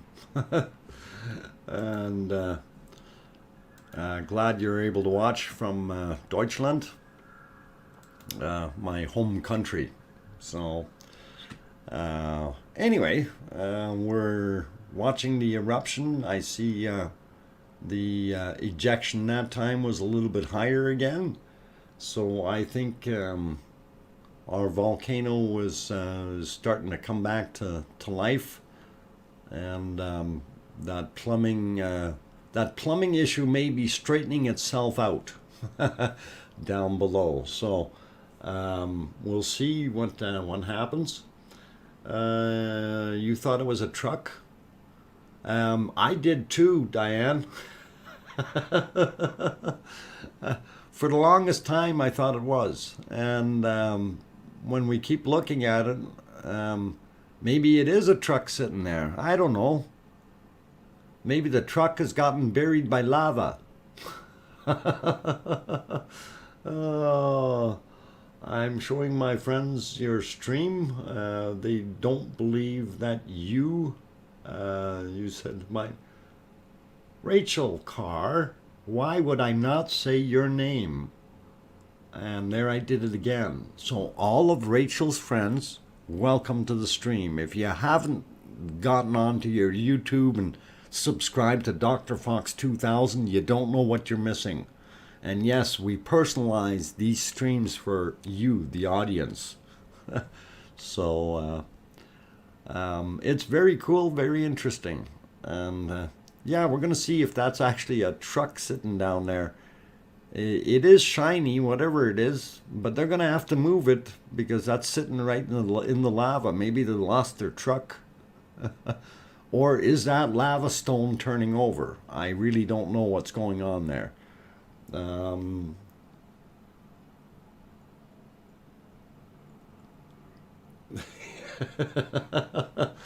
And exactly, Thomas, we are all a little bit nuts for watching this eruption for this long. But you know, it is something that you will not experience again in your lifetime anywhere else. This is a very unique opportunity to follow through on a volcano that is grown out of nothing right from day one, and to be able to keep up in a fairly decent chronological order, to see its progress and to have learned as much about it as we have, it is really, really phenomenal to be able to see and make it all work. Welcome to our asylum. Oh, Rachel and her friends are all welcome to our funny farm. Very, very cool. Nuts for not watching, really. Yeah, it's it is Miss Pac-Man. It is educational though, and it is also, a lot of fun if you can follow through and enjoy what you're seeing and go for the progress. And we do see some pretty awesome stuff in here with the lava flow and the eruptions themselves.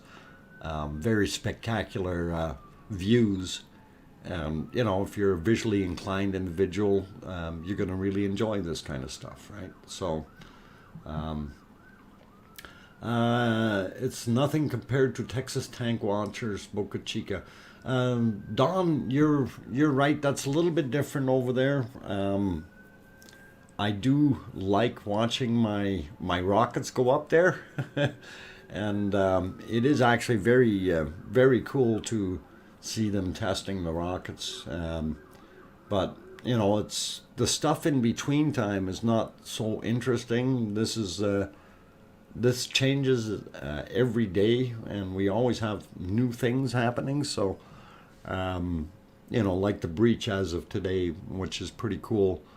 And hopefully we're going to see some action on this side yet. And that's what I'm waiting for. I want to see that pop and start flowing down. So it would really, really be cool. And if we have both sides going, then it's going to be right on.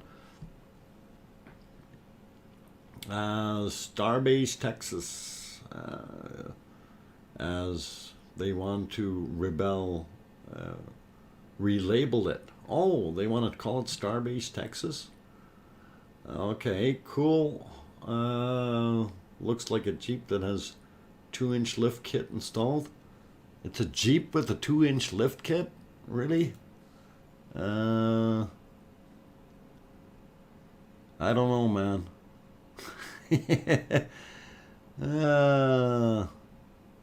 I think there's some problems there. I think the lava's got it. I really don't know what's going on. If that is a vehicle, it may be getting pushed around and they may be stuck there. If we see some people hiking away, we'll know what's going on. I see these people walking and pulling around the volcano all over YouTube. Is this volcano that predictable? Predictable in the sense of the eruption times, or predictable in where it's going? One of the things that it is very studied, because there's so much exposure here with the media. So people have put in a lot of their own opinions. A lot of the tourists are going here from Iceland, and it is definitely a very unique situation. And as many have called it, it's a tourist volcano. So it gives people opportunities to actually get in fairly close up without getting themselves into too much danger, and being able to observe Mother Nature at its finest. So very, very interesting to see all of that. And yeah, I don't know about calling it predictable. We know the eruptions were happening on a regular basis. When it's turned into its basically geyser format, where it was blowing out every 4 to 5 minutes, and now it's somewhere around 10 to 12 minutes from the cycle times, from what we see, fairly far apart. But we do have the extra off-gassing or smoke in this view right there. You can see that it's a mound that's built up. So we don't know if that's actually got some type of a fissure or lava tube feeding it or something from down below. But we do know that the plumbing in the main volcano has changed due to the fact that the eruptions aren't as frequent anymore, and nor are they as high anymore. So this is something that we need to bear in mind, because we do remember it was shooting lava up 300 meters into the air and then some. And of course, we've got a pretty good eruption happening now. And yeah, it's getting a little bit more oomph in this one. So the plumbing again is changing within the ground underneath the volcano for it to be able to do that. And we also have to keep in mind when we're looking at this, we are looking at it from about 1 kilometer away, and that cone itself is about 100 meters in diameter on the inside. So that is a heck of a lot of lava sitting in there. You know, that's 300 feet for the people in North America. That's a fairly large area and a large eruption, although the volume coming out of it is still not equivalent to what they had back in 2010, where that was holding steady at 15 cubic meters per second, whereas this has been up and down a little bit.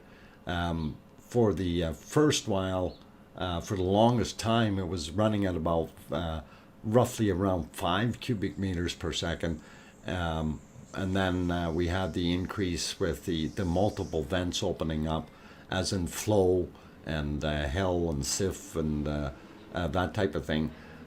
So when it was doing that, it actually did increase for a while to 7 to 8, and then at one point, when those all shut down, our bigger ejections, or eruptions I should say, were from this Ragnar rock, or whatever we want to call it. That particular thing was up to about 13 cubic meters per second of flow rate. Now, you have to take that in mind, that the flow rate is measured as a constant thing. So at points in time with the eruption happening, you may have had 25 or 30 cubic meters per second being ejected, and then once it leveled back down, it may have been back down to 3 or 4, and the balance comes out somewhere in between to 14 or 13 or 14 or 15 even, depending on the ejection at the time, or eruption at the time. Anyway, let's see, what do we got in the chat here? Yes, it's quite normal for this type of eruption, and no, it will not explode like Vesuvius. No, you're not going to get any big kabooms out of this, at least not that we can predict. The plumbing is not quite right for it to do that. And this is a feed from way down below, 15 to 20 kilometers down is where the source of the lava or magma is coming from. So it's a long tube coming up and splitting into multiple little fissures, if you will. And right now, of course, it's pushing into that one. And here's another shot of the Nathagi Valley to the south. And again, we can see things driving around out here. That's pretty cool. So, but I was looking down here to see if I can see the lava. It'll be coming from where the arrow is pointed to. That's where it's coming from. This was a flat plain, and this was actually where the lake was, and that's dried up. So we'll clear that off real quick as they move the camera back, and we can see what we were looking at before. So pretty cool. Let's see.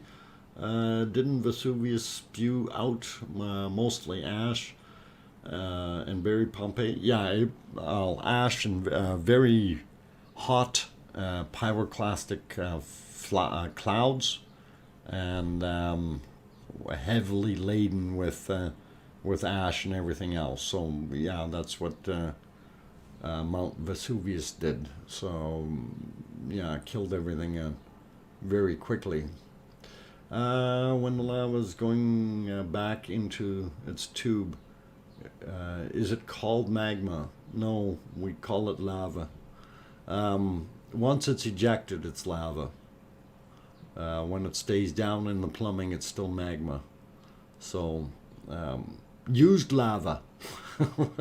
Used magma, if you will. Oh, man. I don't know exactly where you draw the line in the definition, but that's what I was told. Once it's ejected, it's lava. If it's still down in the hole, it's magma. So, yeah, always could be interesting. I could be wrong too. So, let's see. There are regional areas identified, but do not misunderstand. It's all connected, the entire west coast. And if you don't know what that yet, feel free to review the last 10 years of reawakening faults.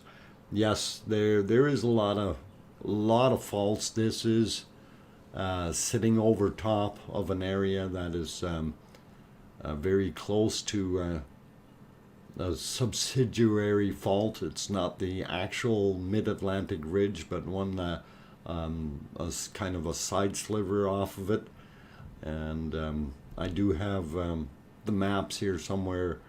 Let's see if we can find the original one here, and maybe give you a little better idea where the fault lines were. And let's see. Backside. No. Oop.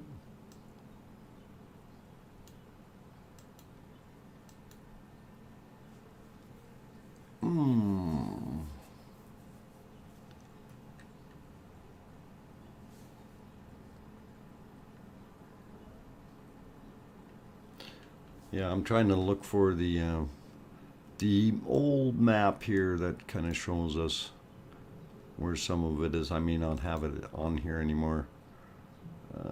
Let's see. Nope.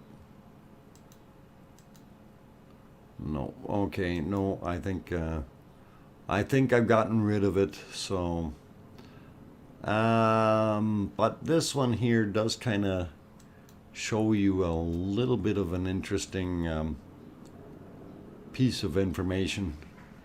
And this is one of the older maps, but it was kind of interesting to see what we've got there, and you can see where the vents were, and that basically the row of vents gives you a pretty good idea where the crack and the fissure actually, where the fissure actually lies. And it's pretty awesome looking, and I'm kind of surprised that we got something to the east side.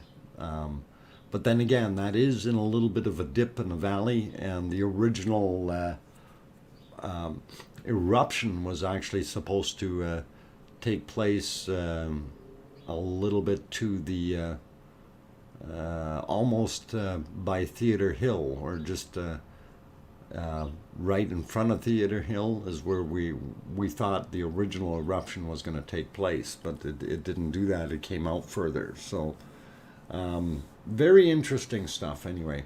And let's see what else I got in here.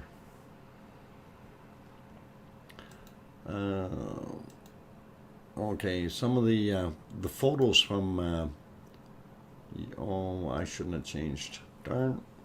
Go back. Go back. It's erupting. I don't want to show pictures. It's erupting. Come on. Oh. This thing's being slow. Eruption's going to be gone by the time of the changes. Oh, man. Come on. Computer. Hurry up. Okay, back to classic. Okay, Easter Island spontaneously had a lot of trees as well, but they were used to roll stone idols in place. Yes, Fortis, you're right about that. They chopped them all down. You'll stay safe out there. Belinda, you take care too. All the best to you. And we'll see you again, we hope. More views of mountains around now. Okay. Yep. Oh, Jorn. Okay. That will be cause. Okay, what? That will cause so much harm in the impoverished areas. Okay, I don't know what Jorn said, but we're trying to go back here. G. Surish, welcome. Alim TJ, welcome. Also Nick D, welcome to the stream. Glad to have you guys on board. Ralph Daly, why isn't the eruption constant? Because it is the plumbing is the issue, and I'll kind of try to give you a little bit of an idea of what the plumbing is like, but not with that picture. Let's see, we get rid of that. There we go. Here's kind of the scenario for the fluid dynamics for a geyser style eruption. And if you look at, we've got basically 4 phases to it. When you're looking at the phase 1, you can see the ejecta being shot out. Now please replace the word water with magma or lava, and the drill holes in this case with natural vents. Okay, so the process is essentially the same. As you can see in phase 1, the gas ejecta pushing the lava or magma out of the hole and into the vented area up top. Phase 2, you can see the recoiling or the water coming back down, or lava coming back in. Of course, now it's aerated somewhat, so you get a lot of gas bubbles within that, yet you still have pressure or flow coming from both directions, both up this way as well as into here, pushing up into the empty space. And then as it starts getting more pressure build up, then you get gas accumulating in phase 3 here, and you can see the gas again basically pushing everything up the pipe. And what happens also, the gas that was in bubbles before is going to form larger bubbles, and that will give intermittent shots to your eruption. Now, it depends on how far down this is, as far as your frequency of the geysers and how big this extra chamber is.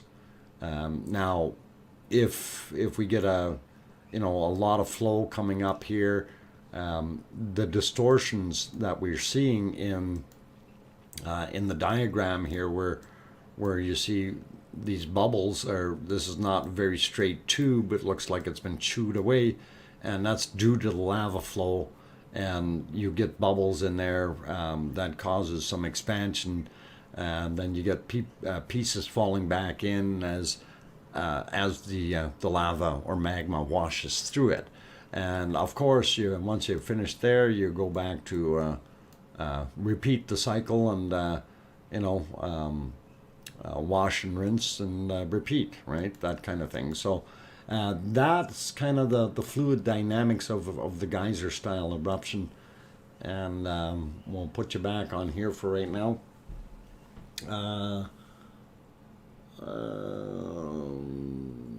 Let's see, what did I miss? Irritating. Okay, we don't drill into volcanoes. The ground is very hot, about 2 kilometers below the surface.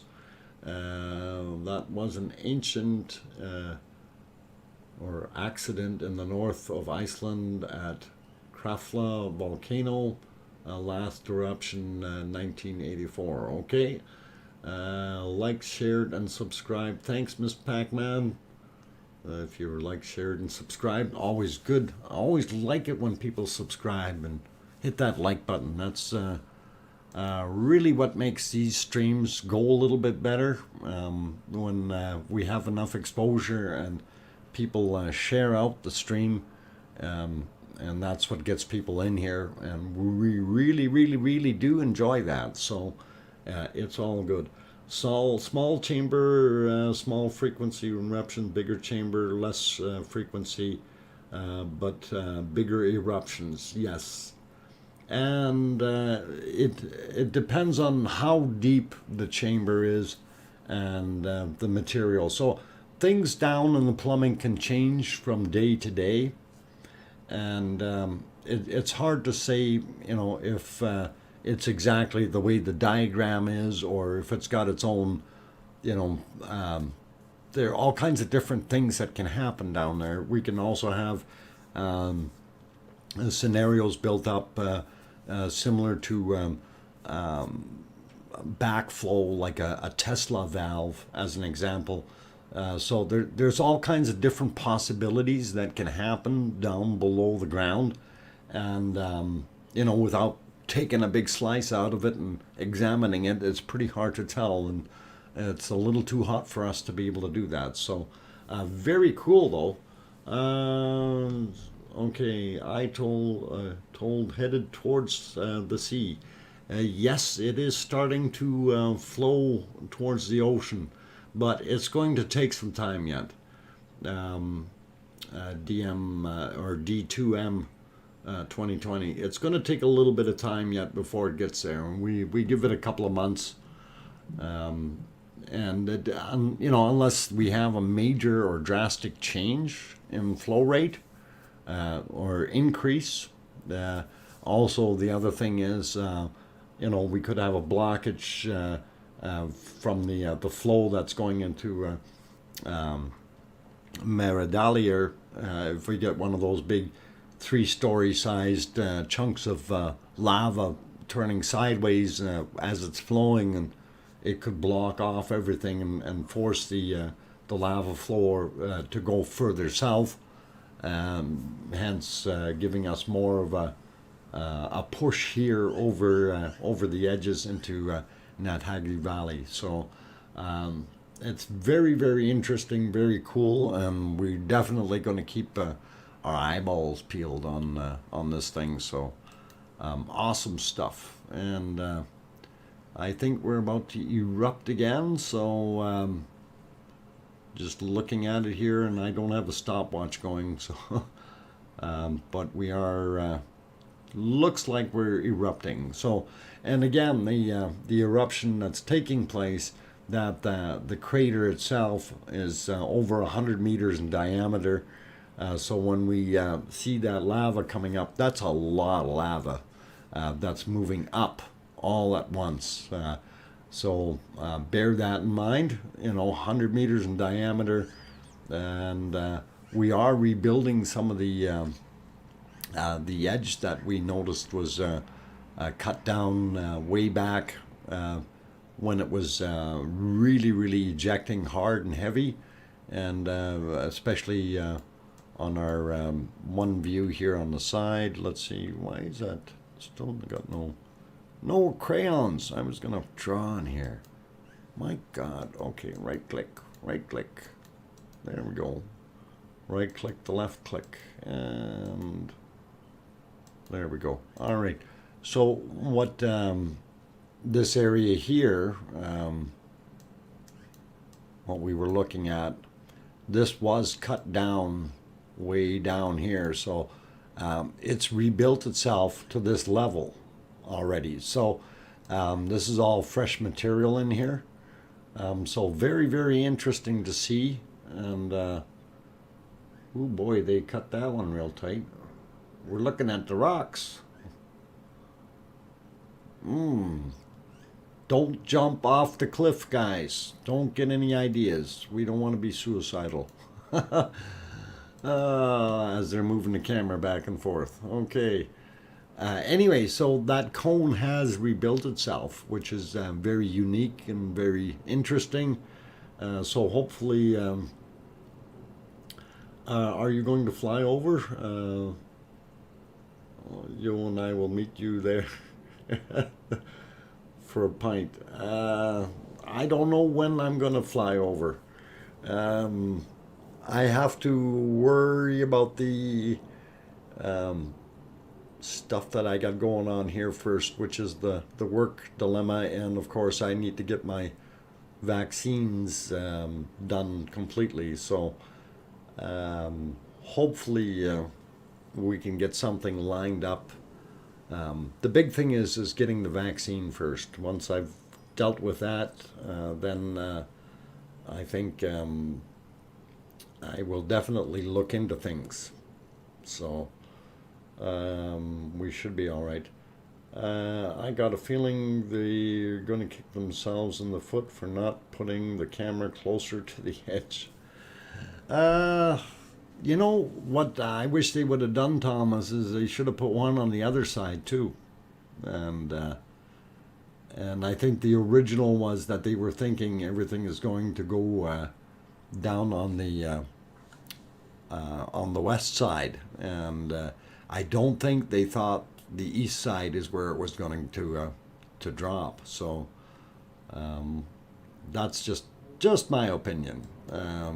You know, thinking that might have been their thought pattern, because it definitely the west side is definitely a lot lower. So could very well be what they were thinking, because this the area on the right there, of course, it is a lot higher. So you know, when you looked at it on the topographical map, that area was a lot higher. This whole thing lifted up quite a bit in comparison to the area here. But so far, it's the western berm is holding. But as I mentioned before, the original flow in here was like this, right? So it was coming around. So we may be getting residual push from and still have that kind of a flow going in here. It's hard to tell without doing thermal mapping or not all that nice stuff, but that's kind of what I'm guessing. Anyway, Dr. Fox, are you okay? You got that one, Rachel? Okay, thanks, Doctor. Got that from D2M. I think they're okay. Got it. All right. Yes, pints and Volcano X. We'll have to see what we can do. Lava bomb has arrived. I think I read somewhere a camera on the other side has been killed by one of the earlier eruptions a few days ago. Yes, you're absolutely right, Mathis, and it has. And if the smoke goes away, we could point that out. I'll have to take a look and see if I can find one of the maps. But yes, the mbl.is camera was on the hill across from the volcano, and that hill is here, and the camera was down here somewhere, and the lava came over and munched it. That's the lava monster. Okay. Anyway, the camera tipped over, burnt up, and floated away from the sounds of things. So I wasn't aware of when it went, but that's what they're saying. So we do have a loss, and that's the second camera that is come to its demise. Mind you, the first camera was actually a more just a tip over, and they did save the first camera, so they had to do some repairs, but the cabling and stuff was bad on the first camera. That got burned through, and it did tip over, and they did rescue it and repair it. So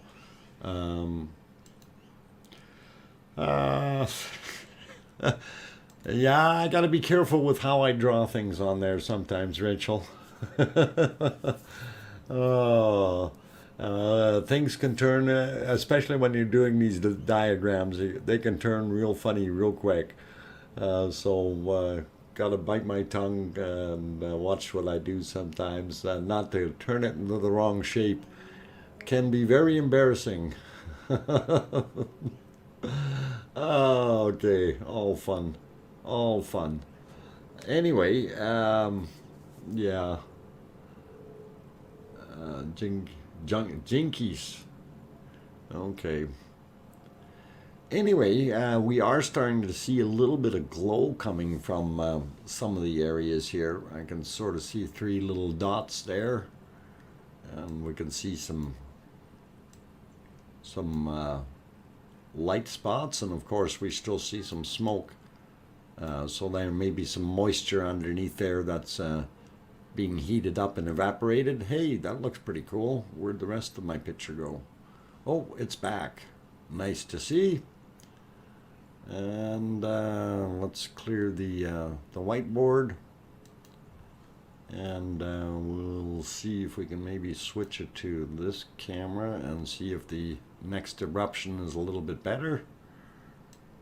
And I am going to take another break, guys, so please stand by, stick around. I'll give you the whole spiel here. If you're fairly new to the chat, I am your host, DrFox2000. You can call me Doc for short. If you do want to ask me a question in the chat, please write the full thing, DrFox2000, just the way it is on the stream. And that way it turns red for me in the chat, since I am watching in the studio screen, not in a regular stream. It's very difficult to see everything. So if it is turned red, it gives me a little bit more of a highlight, and I can actually go after that. And if you haven't hit that like button yet, by all means do give it a shot. If you're new and you want to see more of this type of content from me and from all our good people with all the input, by all means do hit that subscribe button. You can bop the fox in the nose and click that button that pops open right beside them. So that'll give you guys a pretty good shot there. Hi, there's what about seismic activities? I haven't heard of anything major going on there. There are continuous little tremors all the time underneath there, but nothing of major value has shown up. With the lag time between the actual eruptions, there's less activity that we know of. So anyway, Brian Crown, hello, welcome. Have you seen Gutentalk's video on the flow entering NetHaggy? When I come back from my break, I will show you the lava fall, if you will, from earlier here that we had. So we'll be happy to show you that stuff, and we'll give credit to the right guy. If you do are on a computer and you do want to just look at it before I get back from my break, you can. You can see the guy's own actual footage there.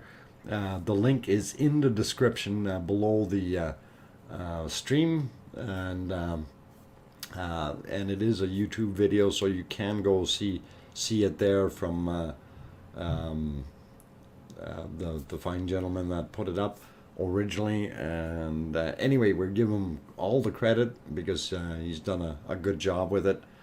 And I did grab some of the other snibbled versions of it from before here, so and did my own editing on it.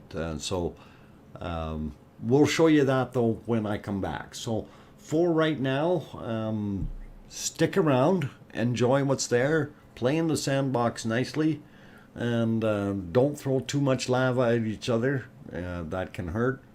And I will be back in about 5 minutes, guys. Thanks.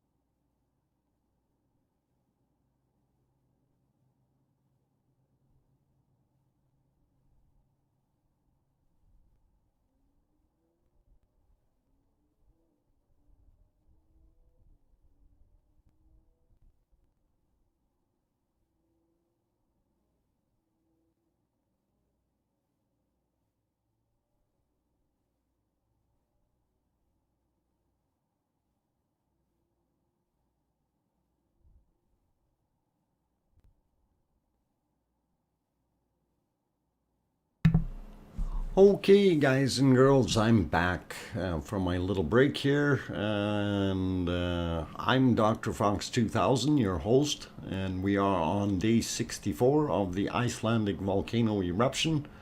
And all of those new people and everyone in the chat, welcome.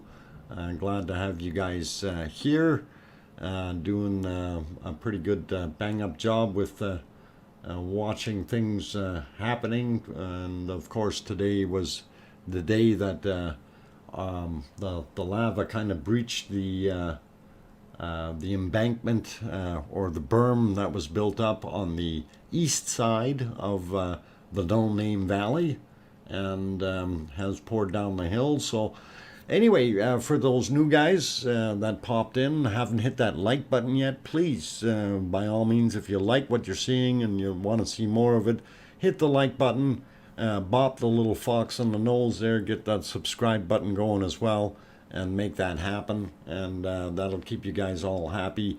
And as I always tell everybody, I am on call right now, so and I did get a call during my break, and we will continue to run the stream till 4 p.m. So we got another hour and 10 minutes, and we'll continue to finish it today. But I will have to shut it down right at the 4 p.m. mark, or 2200 Iceland time, if you will.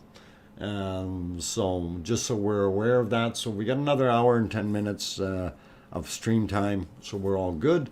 But tomorrow we will be running the same again. So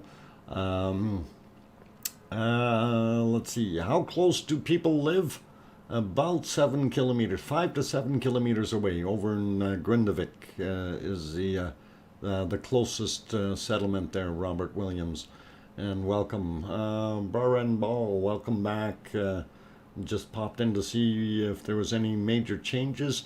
Glad you're here, and I'm going to be showing the video of the lava fall again, and credit is on the screen, as well as below in the chat. Also a link to the fellow's YouTube channel, so if you wanted to go to his, you can watch his edited version.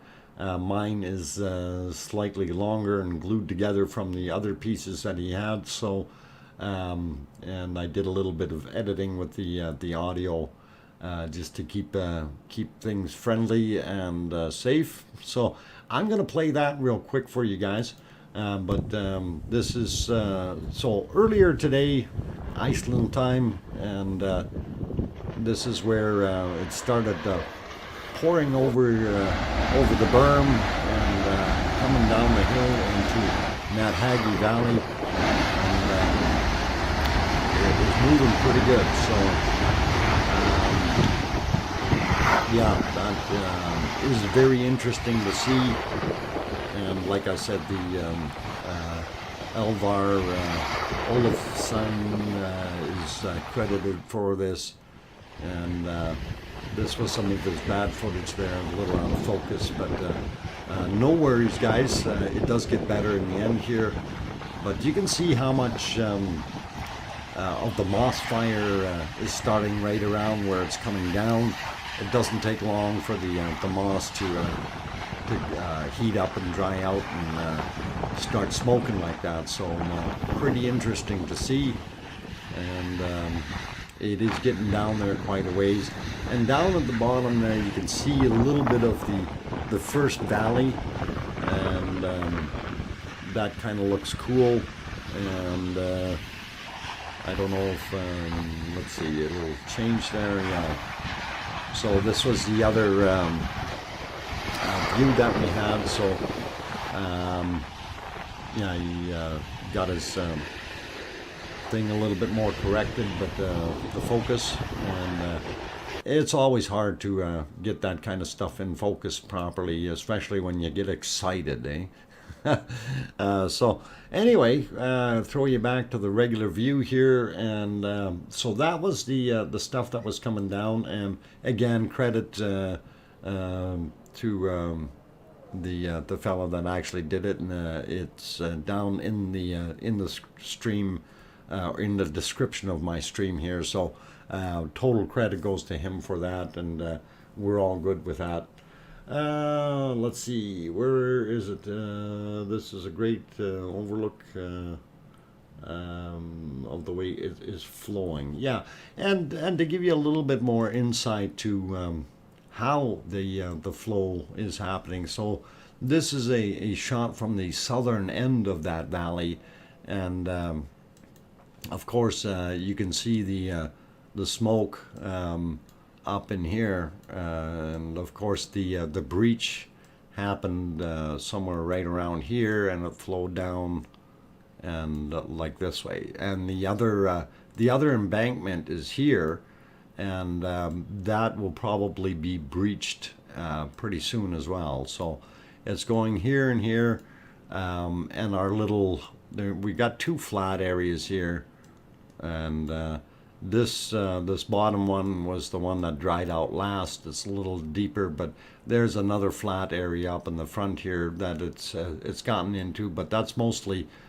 clay and mud or whatever, and there may be some organics in there, so we get a lot of smoke and steam once the lava does get over top of it, so it can make things a little harder to see. But this was a shot from the southern end.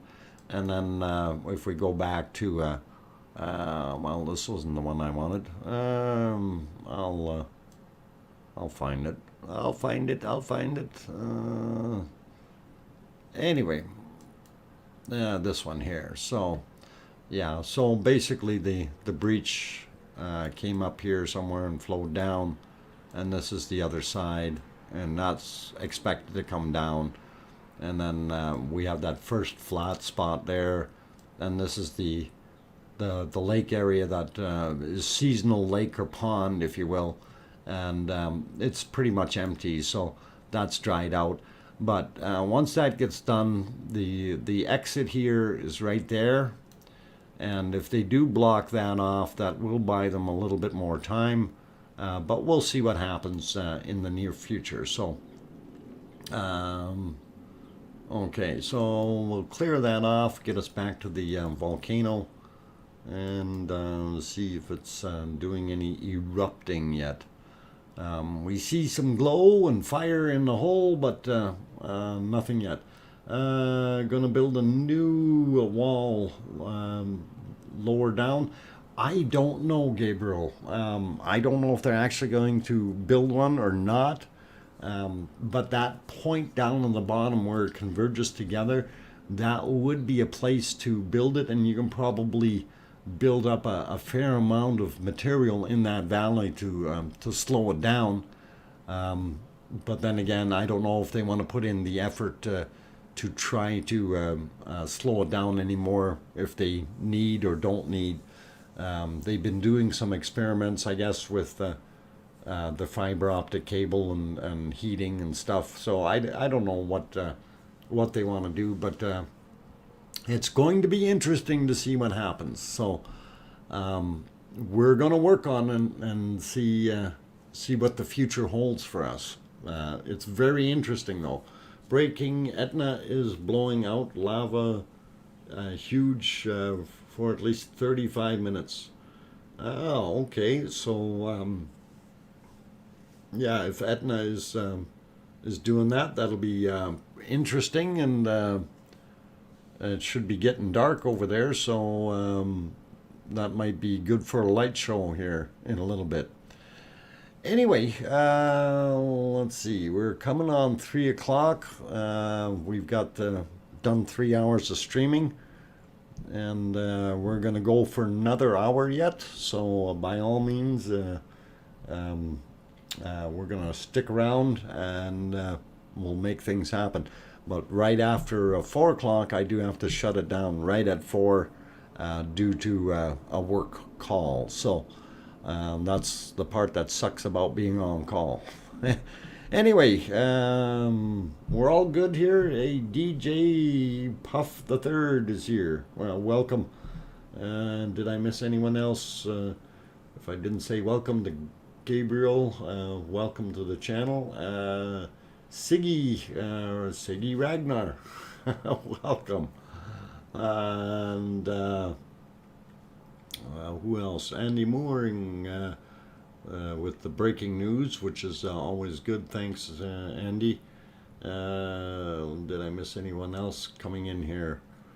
I think I got most of you, but if I did not see your name, I do apologize. I tried to get everybody. Cynthia, did I say hi to you? But you were definitely in here, and I definitely read out what you were saying there about the volcano that was happening in DR Congo that erupted today. I will take a look into that later to see if there's something there that we can show of interest. Because we do like those things. I used to play in that area as a kid. It has changed a lot in the last 2 months. Yeah, Siggy, I think it really would have been a big change. Especially looking at that original area that's now filled up. And yes, apparently there's a Congo eruption, Barent Mall. I don't know anything about it. I haven't seen it yet, but I will endeavor to find out what we can. So maybe for tomorrow's stream I will have some information on it, as well as maybe an update on Etna as well. To see what it has been doing. So these are all things that you can't prepare for, and you can't instantly get to the streams to see what they're doing on these other places, and it takes a little bit of time to make sure that we're all good with what we're doing before we air any of that material. So I am good with it though, all happy, and we will check things. I will check YouTube quick. Okay, cool. Yeah, see if you find something, and always looking for new hotspots. Volcanoes been erupting all over the world recently. Well, we typically have a set of volcanoes always erupting, but sometimes the volcanic activity is more than other times, so it's always interesting to see what happens. What was I going to go look for? I was going to go look for something, and I forgot. Lost my train of thought. That's when we go, what's the the squirrel, gray or red? So yeah, we're getting some rain here. No wonder the weather has been so wet and miserable recently. Yeah, it's you get bad weather. Seems to be more obscure one erupting now. Yeah, some of the more yeah, I don't know if they're more obscure, but when's the last time they actually erupted? Yeah, me and my grandmother would go around there. Was much not as much to see then. At the land have lots of cool stuff now. Okay, more people there in each day than typically would pass through in a year. Yep, that would be it. And there you go, DJ, squirrel. Then my question is, red or gray? Anyway, Dr. Fox, did you look for a camera at the bottom of the valley? The only shot that I have is this shot, and it is a fixed camera, David. So that was the fixed shot that they gave, and like I mentioned before, this is where the breach happened here and flowed down that way, and this is where the other side is. So anyway, I want to throw it back on this one real quick. Whoop, this one. Get it back here. There you can see we still don't see any lava down on the bottom. In the first flat area on the bottom right hand corner there, in this area. I don't see any lava hitting that flat spot yet. This was the lake area. So as they move the camera back, it happens. They're quick with that camera movement, and I think they have them set as presets now. So very cool to see that. Mount Etna Cam says 7 to 8 p.m. Mod says 7 to 8 p.m. Okay, cool. Judy Jones, very good. Okay, that's the one. All right. Very good, David. Glad that you got to see that. So that was the shot. Our good friend Rob RLC was able to provide that one. And Kim did actually send me the link to the lava fall from the original footage. That's the link that I put in the stream just below. The footage that I used is that plus a little bit of the extra snippets that he had in there, which were not so well focused. So he did clean it up a little bit with his. So, but I did grab the other footage and threw that in there as well. So anyhow, we're plugging away. Everything is good. So there's a new volcano erupting in the Congo right now. Yes, that's what we were just saying, Lava Bomb, and it's all cool. Gly coolness. Okay. Thanks, GJ. And Kenneth Gray. Look how those volcanic fissures line up along the edges of the planet's tectonic plates. Yep. And that's typically where they are, but they're not always on a tectonic plate or on the edge of a tectonic plate. Near the edges, but not necessarily dead on. Like here, we are actually pretty much sitting on a crack, if you will, or a fissure. So very, very interesting. And yes, we're watching the eruption. It's good to see that it's spewing out a little extra oomph there.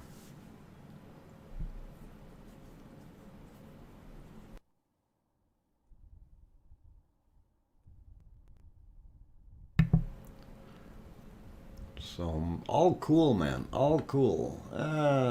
Sorry about the last message sent by saying Mount 7 to 800 meter high of eruption according to the mods. 7 to 800 meters high. That's a pretty big ejecta if it's that high, really. I think the highest we've seen this guy here go was maybe about 300 to about 400 meters above the crater, and 700 to 800 meters, that's twice as much. So I can't envision that very easily, but that is a long way up. Lady Justice, hi from Texas. Glad to have you on board and welcome. Mother Nature is always letting off steam and lava somewhere. Yep. Yeah, if the pressure isn't relieved somehow, it will go poof. So all good. Okay. Her Lady Justice. I'm in SA. Okay. Born in Iceland but live in Texas. Ah, very cool. San Antonio. Nero from Toronto. Well, welcome, Nero. And for those who are just joining here, just to let you know where I am, first off, I'm your host, DrFox2000, and I am actually located in Edmonton, Alberta, Canada, about 4,000 miles away from the volcano. So a nice and safe place here. Well, I wouldn't call myself a flatlander, but it is fairly flat around here. Not as flat as the open prairie, but we have mountains about 4 hours to the west, and very flat land if you go a couple hours to the east. So maybe we call this just the very end of the foothills, just to the east of the Rocky Mountains. Anyway, that's where I am, and glad to see that we've got people from all over the world, and everywhere. I haven't seen anybody from South America yet today, so anyone on board from Brazil or any of those places, haven't seen any of those. So why have the geologists not suggested they use the rock to stop the lava flow? This is suggested by my husband, chemical engineer. The rock, how are you going to secure the rock? That's the thing. And how much effort and money do you want to put into trying to dam it up? Because you get enough push or flow behind it and enough pressure builds up, and your husband, being a chemical engineer, can understand pressure. If you all of a sudden are why is this thing not scribbling? You get a big push going this way, it's actually going to cause it to go right over. The dam itself is not being killed. It's going to stay intact, but that lava is just literally going to get pushed right over it and end up going down. And this is exactly what happened here. So this all got pushed over, and it is going further and further. And as you can see, like earlier it was here, so we're definitely getting push happening. So this is something that's very interesting. I hope that kind of helps you there, Lady Justice. It is kind of cool. Henrietta from Switzerland. Dog walk at midnight. Okay. Well, I hope your dog is big. I bet you it's a Saint Bernard. No, I'm just kidding. Swiss dog, right? He said possible heat transfer would stop the flow quickly. When you're feeding the heat from the back end, you always have these lava tubes in there. And something that I was mentioning earlier, and when we watched the original flow come into the valley, the flow was something like this, and it curled around and it's headed back out that way. So this may be slightly out of place. Let me try that again a little bit and get a little bit more in the right spot. So we had flow like that. So it was in there. So what's happening is if we still have a stream in here, this area here is what is really being pushed, and that's being pushed into the low point, right? So that is actually all overridden over top of the berm that they had there. So it hasn't killed the berm, it's just going right over it. And that's what we're expecting the other side to do as well. So once the lava does build up enough, it will push. And, if you get some bigger chunks coming through, those may turn around and do some damage. And of course, the flow of the lava going through there is going to degrade the dam itself, right?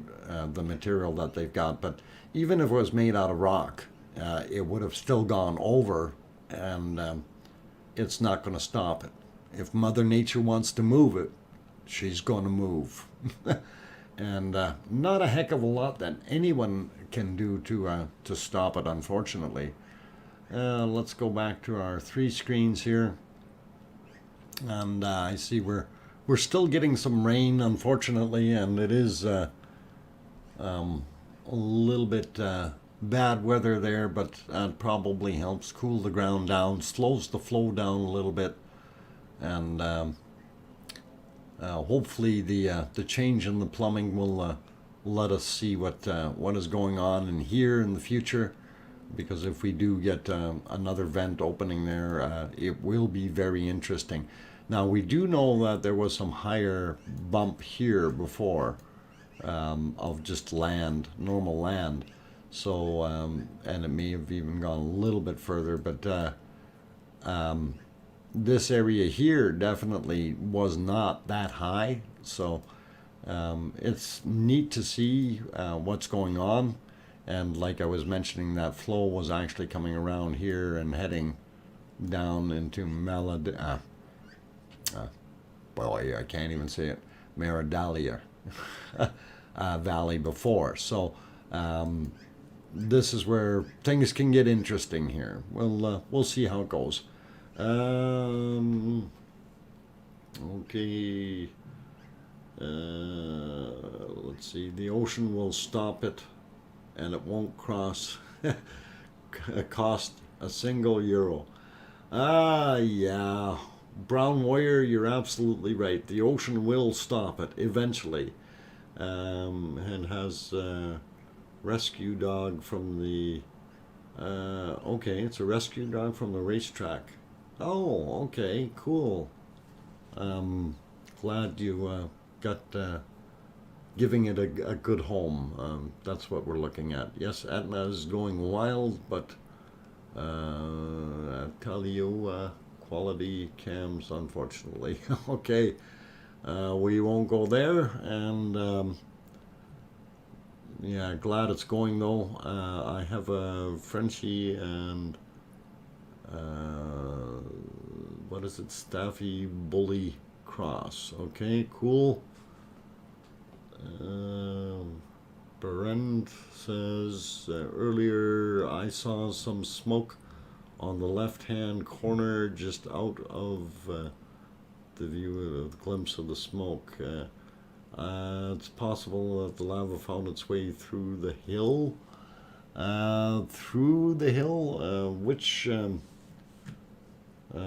Which area were you referring to is what I'm kind of wondering.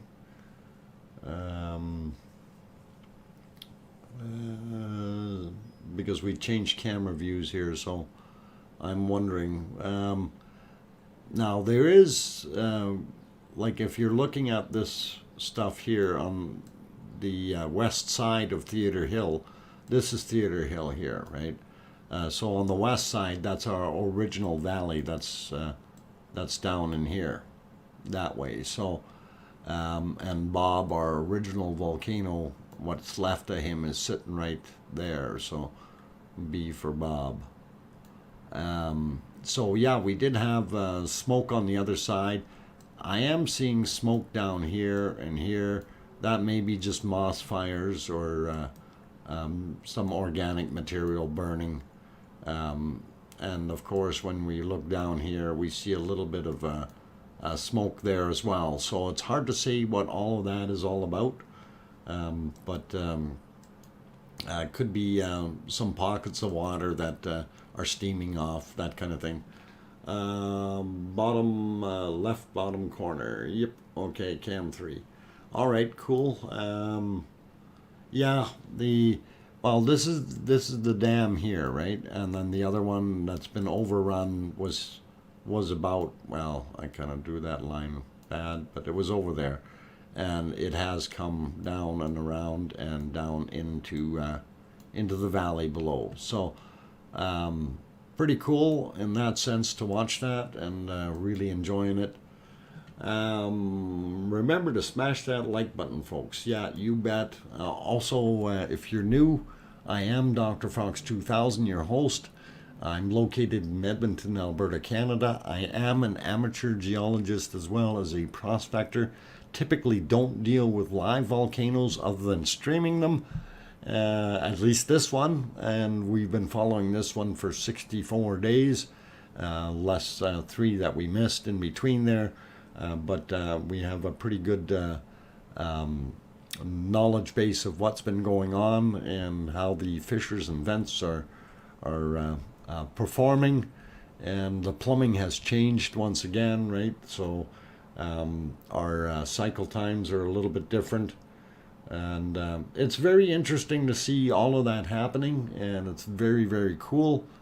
So I don't mind streaming it, and that's why we do it. We share it with all of you, and hopefully you guys are getting something out of it. I see they swung the camera around again, and we'll pop that onto the big screen real quick just to see. And again, down in the bottom area, we still don't see any lava entering that first field down here.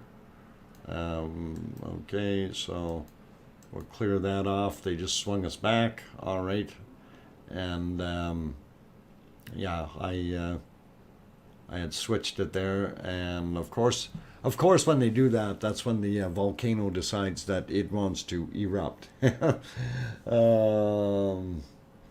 Okay, Marant asked me about it. Let's see. Hello again. All right. Well, definitely glad you guys are all here doing the things, watching the video and the live events. I'm a hardcore gamer, but I am now stuck while watching volcanoes, vids, and live events. It's addicting, Barend. It is very, very addicting. So how can I see myself be, be where you just what Drew? Okay. Well, if you go down there, I don't know if there's any special requests that you can put in, but if you go up on the hill and stand in front of the camera like everybody else, you'd be able to see yourself on the stream, definitely.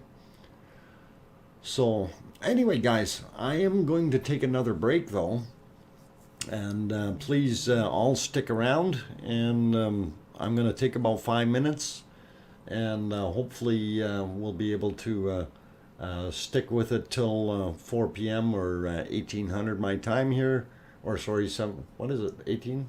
Yeah, 4 p.m. That should be 6 p.m.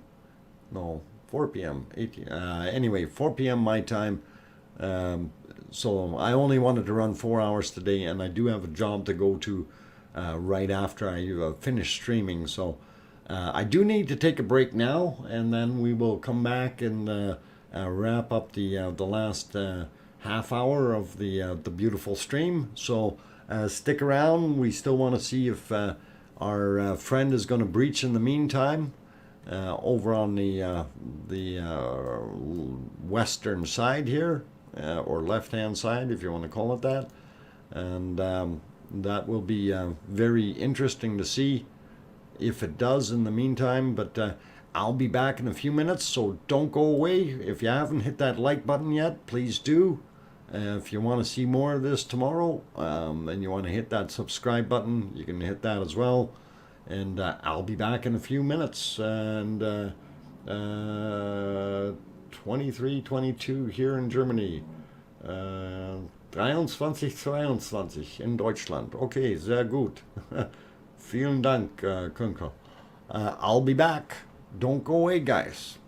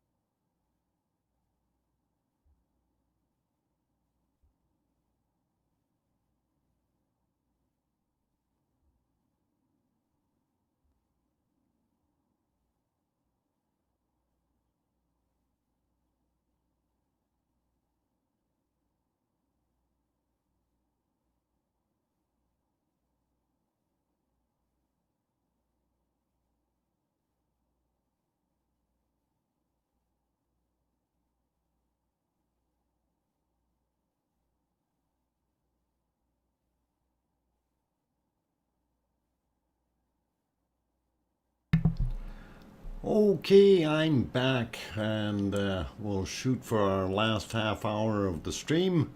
I'm your host, DrFox2000, located in Edmonton, Alberta, Canada, about 4,000 miles away from our lovely volcano in Iceland. And looking at it, it just finished erupting. We're starting to see some glow as the sun has decided to go down a little bit more and hide somewhat. There in Iceland, of course, it's let's see, I don't even know what time it is there. It is 21:29 there in Iceland, so I guess we call that 9:30 p.m. roughly, and that's actually pretty good. And I don't know, it looks almost like we got a couple eyeballs hanging in there with a tongue hanging out. I don't know, just me. Okay, never mind. I'll get rid of that. Looks cool though, and it's the final countdown. Yes. Unsung Furball, welcome. And Lava Bomb, nice to see that you're still in here. Status Quo. Okay, saying something about the historic past threat to DRC and neighboring Rwanda. And now last half hour, ejecta is moving from Goma City. Some evacuations underway. Okay, very good. So that's in the Congo in Africa. So very interesting to see that there is activity there, and hope everybody is good. Hi all from UK. Okay, so great to have you there.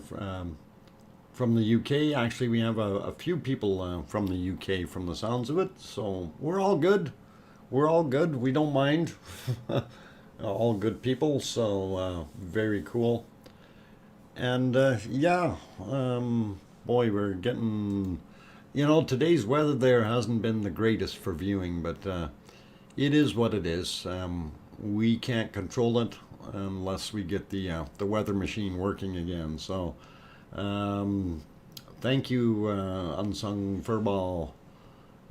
We try hard and try to give the best we can. So hopefully some of you are getting everything that you want out of this.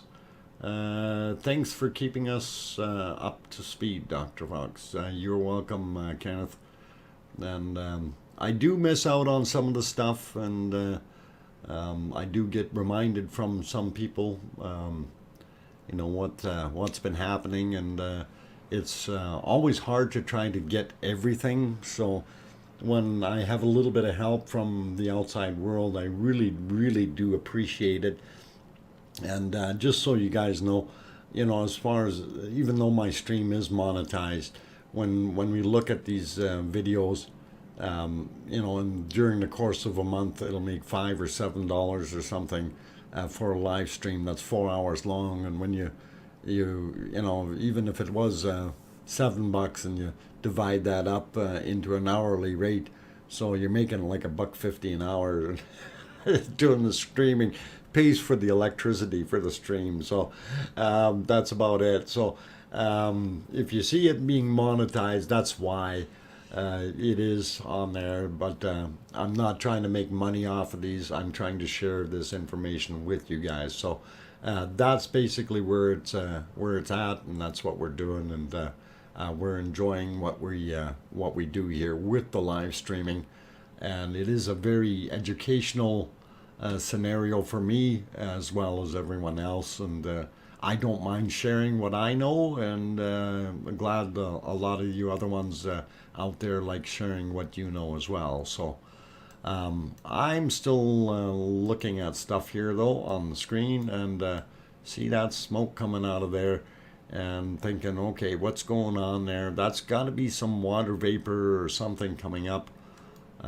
We don't know what's going on there.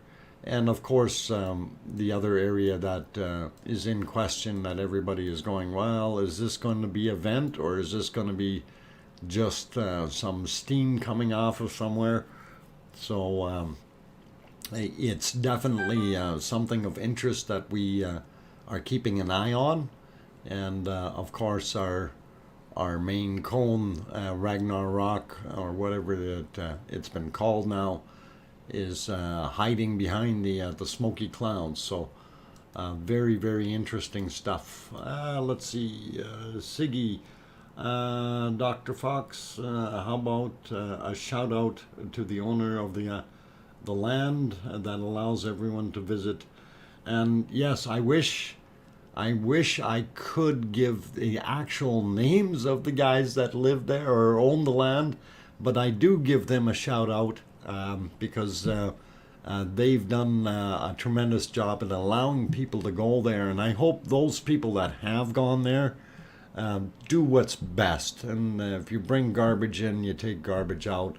But really do appreciate those guys allowing everybody to do their thing, throwing the cameras up and being able to do this. Also, big shout out to ruv.is as well as mbl.is for these great camera feeds. They're doing a bang up job. This is the view of the Natahagi Valley to the south, and you can actually see a vehicle in there moving along, coming into the valley in the low spot there. So just right before they moved it, of course, and very cool to see. And I also want to give a big shout out to those people who have helped me here a lot. And Rob RLC has done a tremendous job with furnishing me with all kinds of maps that I wouldn't have probably not ever had. And I really, really do appreciate his help. Even though he doesn't realize how much of a help he is, he's done very, very well for me. Also, Kim Lambert, and best wishes to Kim. She does contribute to the stream as well, and her little min pin passed away during the night, and she's had the dog for 9 years, and all the best goes out to Kim Lambert, and hope she recovers emotionally fairly well, because that's like losing a member of the family. And as you all know, I have recently lost one as well. So anyway, do you have a donation link, Dr. Fox? No, I don't. I mean, you can use the super chat if you want, but I'm not really here to try to have people donate. If somebody does want to do a super chat, I don't mind, but typically I'm not one hounding for money. I do this because I love it, rather than out for trying to make anything of it. If I make enough to cover the cost of my internet over the course of a month with this, I'm happy. Okay, this is not my bread and butter. My bread and butter is my occupation, which is a technician, and I am on call, by the way, and that's why this stream will end at 4 o'clock. I do have a call to go to, and we'll get that done once it's there. Let's see what else we got happening. But Unsung Furball, like I said, yeah, as far as the donation ideas is nice, but if you do want to really give something for someone, what I'm going to suggest is maybe if you look up the guys from the Icelandic Search and Rescue. It's my understanding that it's an unpaid type job, and if you do want to support anyone, those guys would be ones to perhaps support. Also, if you wanted to give support to ruv.is or mbl.is for their great camera feeds, you're more than welcome to do that as well. So, like I said, I'm not doing these streams to make piles of money on it. I'm doing them because I like them. Okay, I love the lava. I love the volcano, and it is really a very good learning opportunity. Having watched it now for basically 64 days, and yes, we missed a few. We missed 3 days, but it is very, very good to do. So hopefully you guys can all appreciate that, and if you do want to pass along support, it's those organizations, search and rescue especially, since they don't make much on anything there. So if it helps them out with equipment or whatever, it's all good. Okay, so well, 3 days. I missed a month. Yeah, the 3 days, unfortunately, 2 days were due to work, and 1 day was actually due to the loss of my girlfriend. So, well, actually, it's 2 days in there, but that's why. So, anyway, one of the things she did request that I make sure I continue to stream, because she knows I love doing this stuff, as well as it is good for building the channel up, and that is one of the things that I'm really doing is building my channel and trying to get the subscriber base up there, and try to keep up with what's going on here.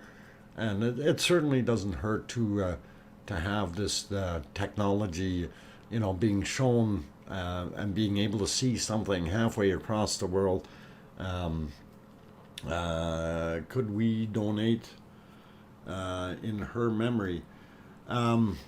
If you if you want to do that, you can. Up to you. I'm not really too worried about it. So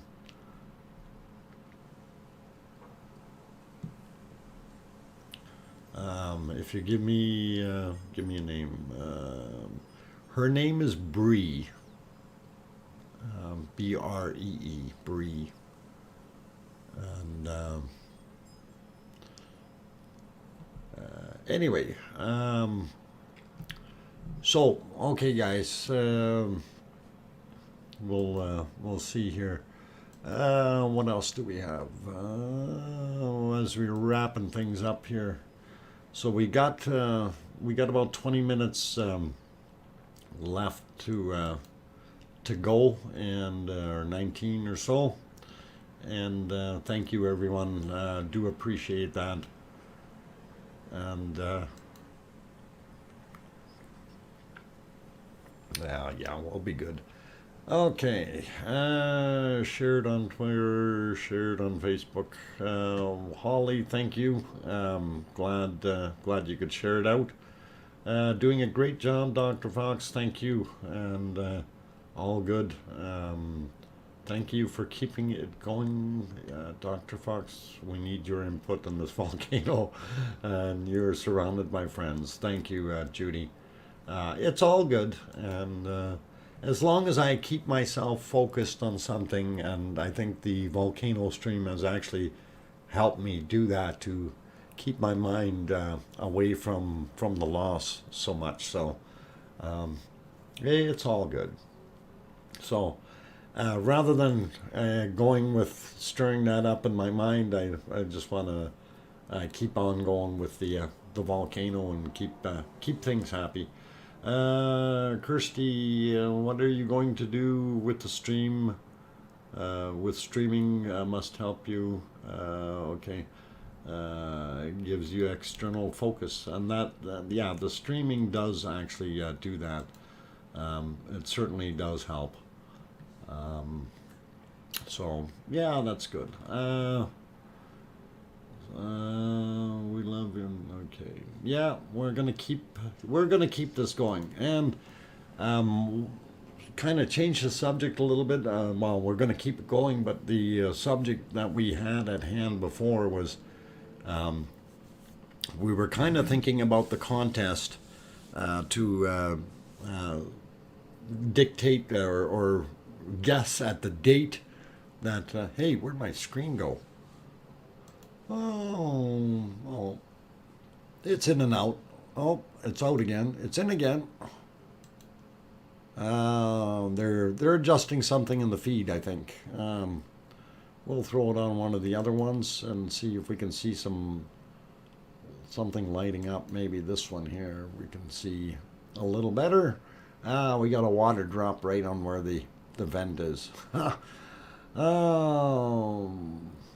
Volcano is winking at us. Yeah, it's definitely doing something, guys. Definitely it's flaring up again. And because of the veracity isn't as intense as it was, and we can see over on the left-hand view, the area here is building up. So, that used to be cut way down, and the lava was flowing out before down on the bottom here. So it's rebuilt itself to that level. So that cone is doing a good job fixing itself. And now I don't know about the other side, because that's where the majority of the flow is, over here on the right screen, and that's where the lava is coming out, and it's coming around to its little lava highway there. So very cool. Another eruption, it appears, that has my part front right opening up and falling in. Actually, Nancy, not too much has really fallen in the last couple days. It's because it's slowed down, so it's actually in stages of rebuilding itself, which is really good. BMC, you have to go. Okay, thank you, and okay, so much for all this and your wonderful information. Bye for now. Take care, BMC, and we're back on tomorrow from 12 noon till 4 p.m. Mountain Daylight Time. So if you want to join us for that one, you're more than welcome to do so as well. And I think it did this last weekend, went quiet and then kicked off again.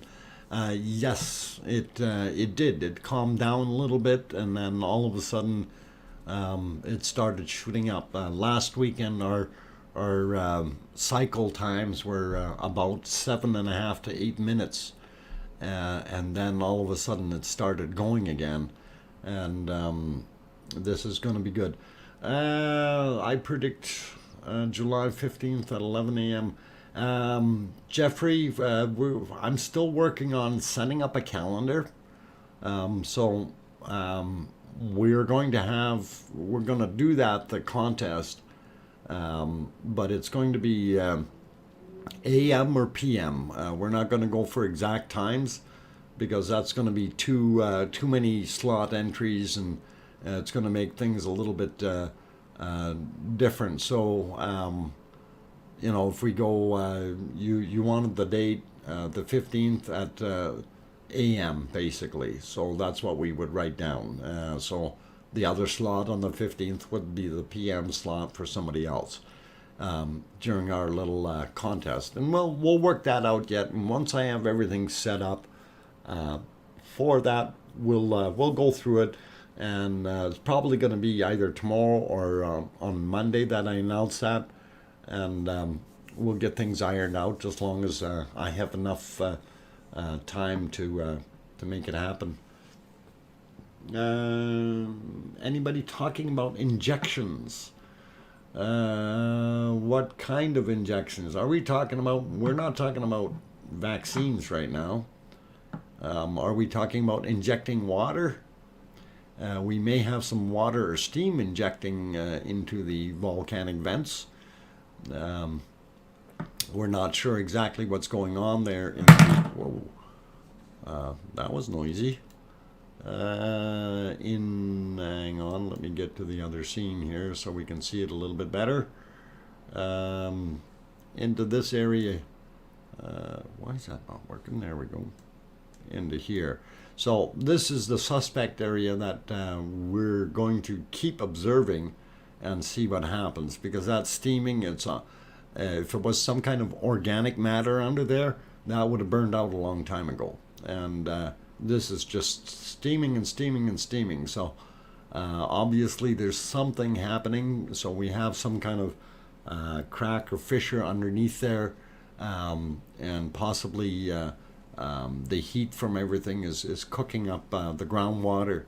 But once that groundwater is gone, something else may replace it, which could be a lava flow. We'll see what happens in the future. So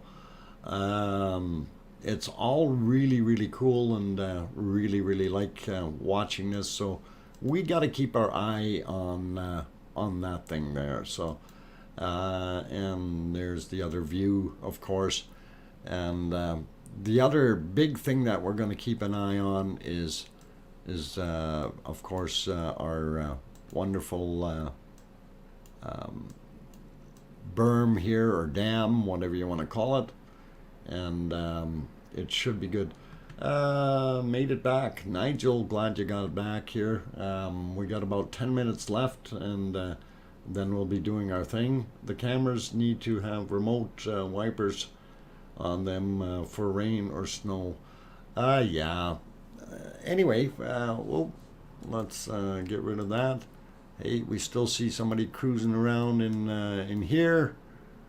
Sightseers, and still no lava showing down here, and the lava would be coming in from the north heading south. So this flat area is just a flat area. This one here is where the water or lake was before. So kind of gives you an idea of what's happening, and they'll swing that back. Very cool.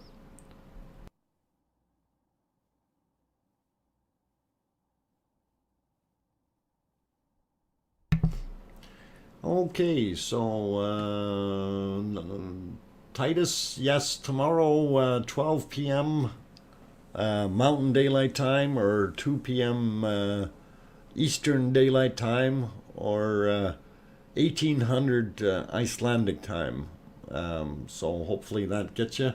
That was search and rescue. Okay, thanks, Thomas. So that little vehicle I had circled when they were pointing to the south there, that's search and rescue. Probably looking for people to stay out, which is very cool. When did that lake dry up? Recently or long ago? It's a seasonal lake, Nancy. So, during the winter accumulates snow. It all flows down there in the spring when it starts to melt. And of course, it being a fairly flat surface, it will just evaporate, especially once it gets sunbathed, like what we were seeing in that view. So that's what it is, and hopefully we can see how that goes.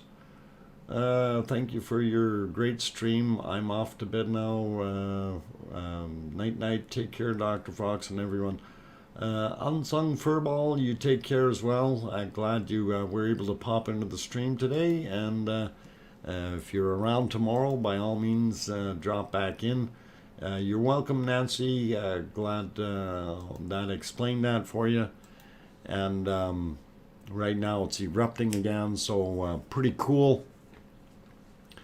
And that eruption actually looked a little higher than the other ones was. And let's see if the duration keeps up. Like we said before, the plumbing definitely has changed underneath somewhere. And it's basically guessing for right now as to what may have actually occurred.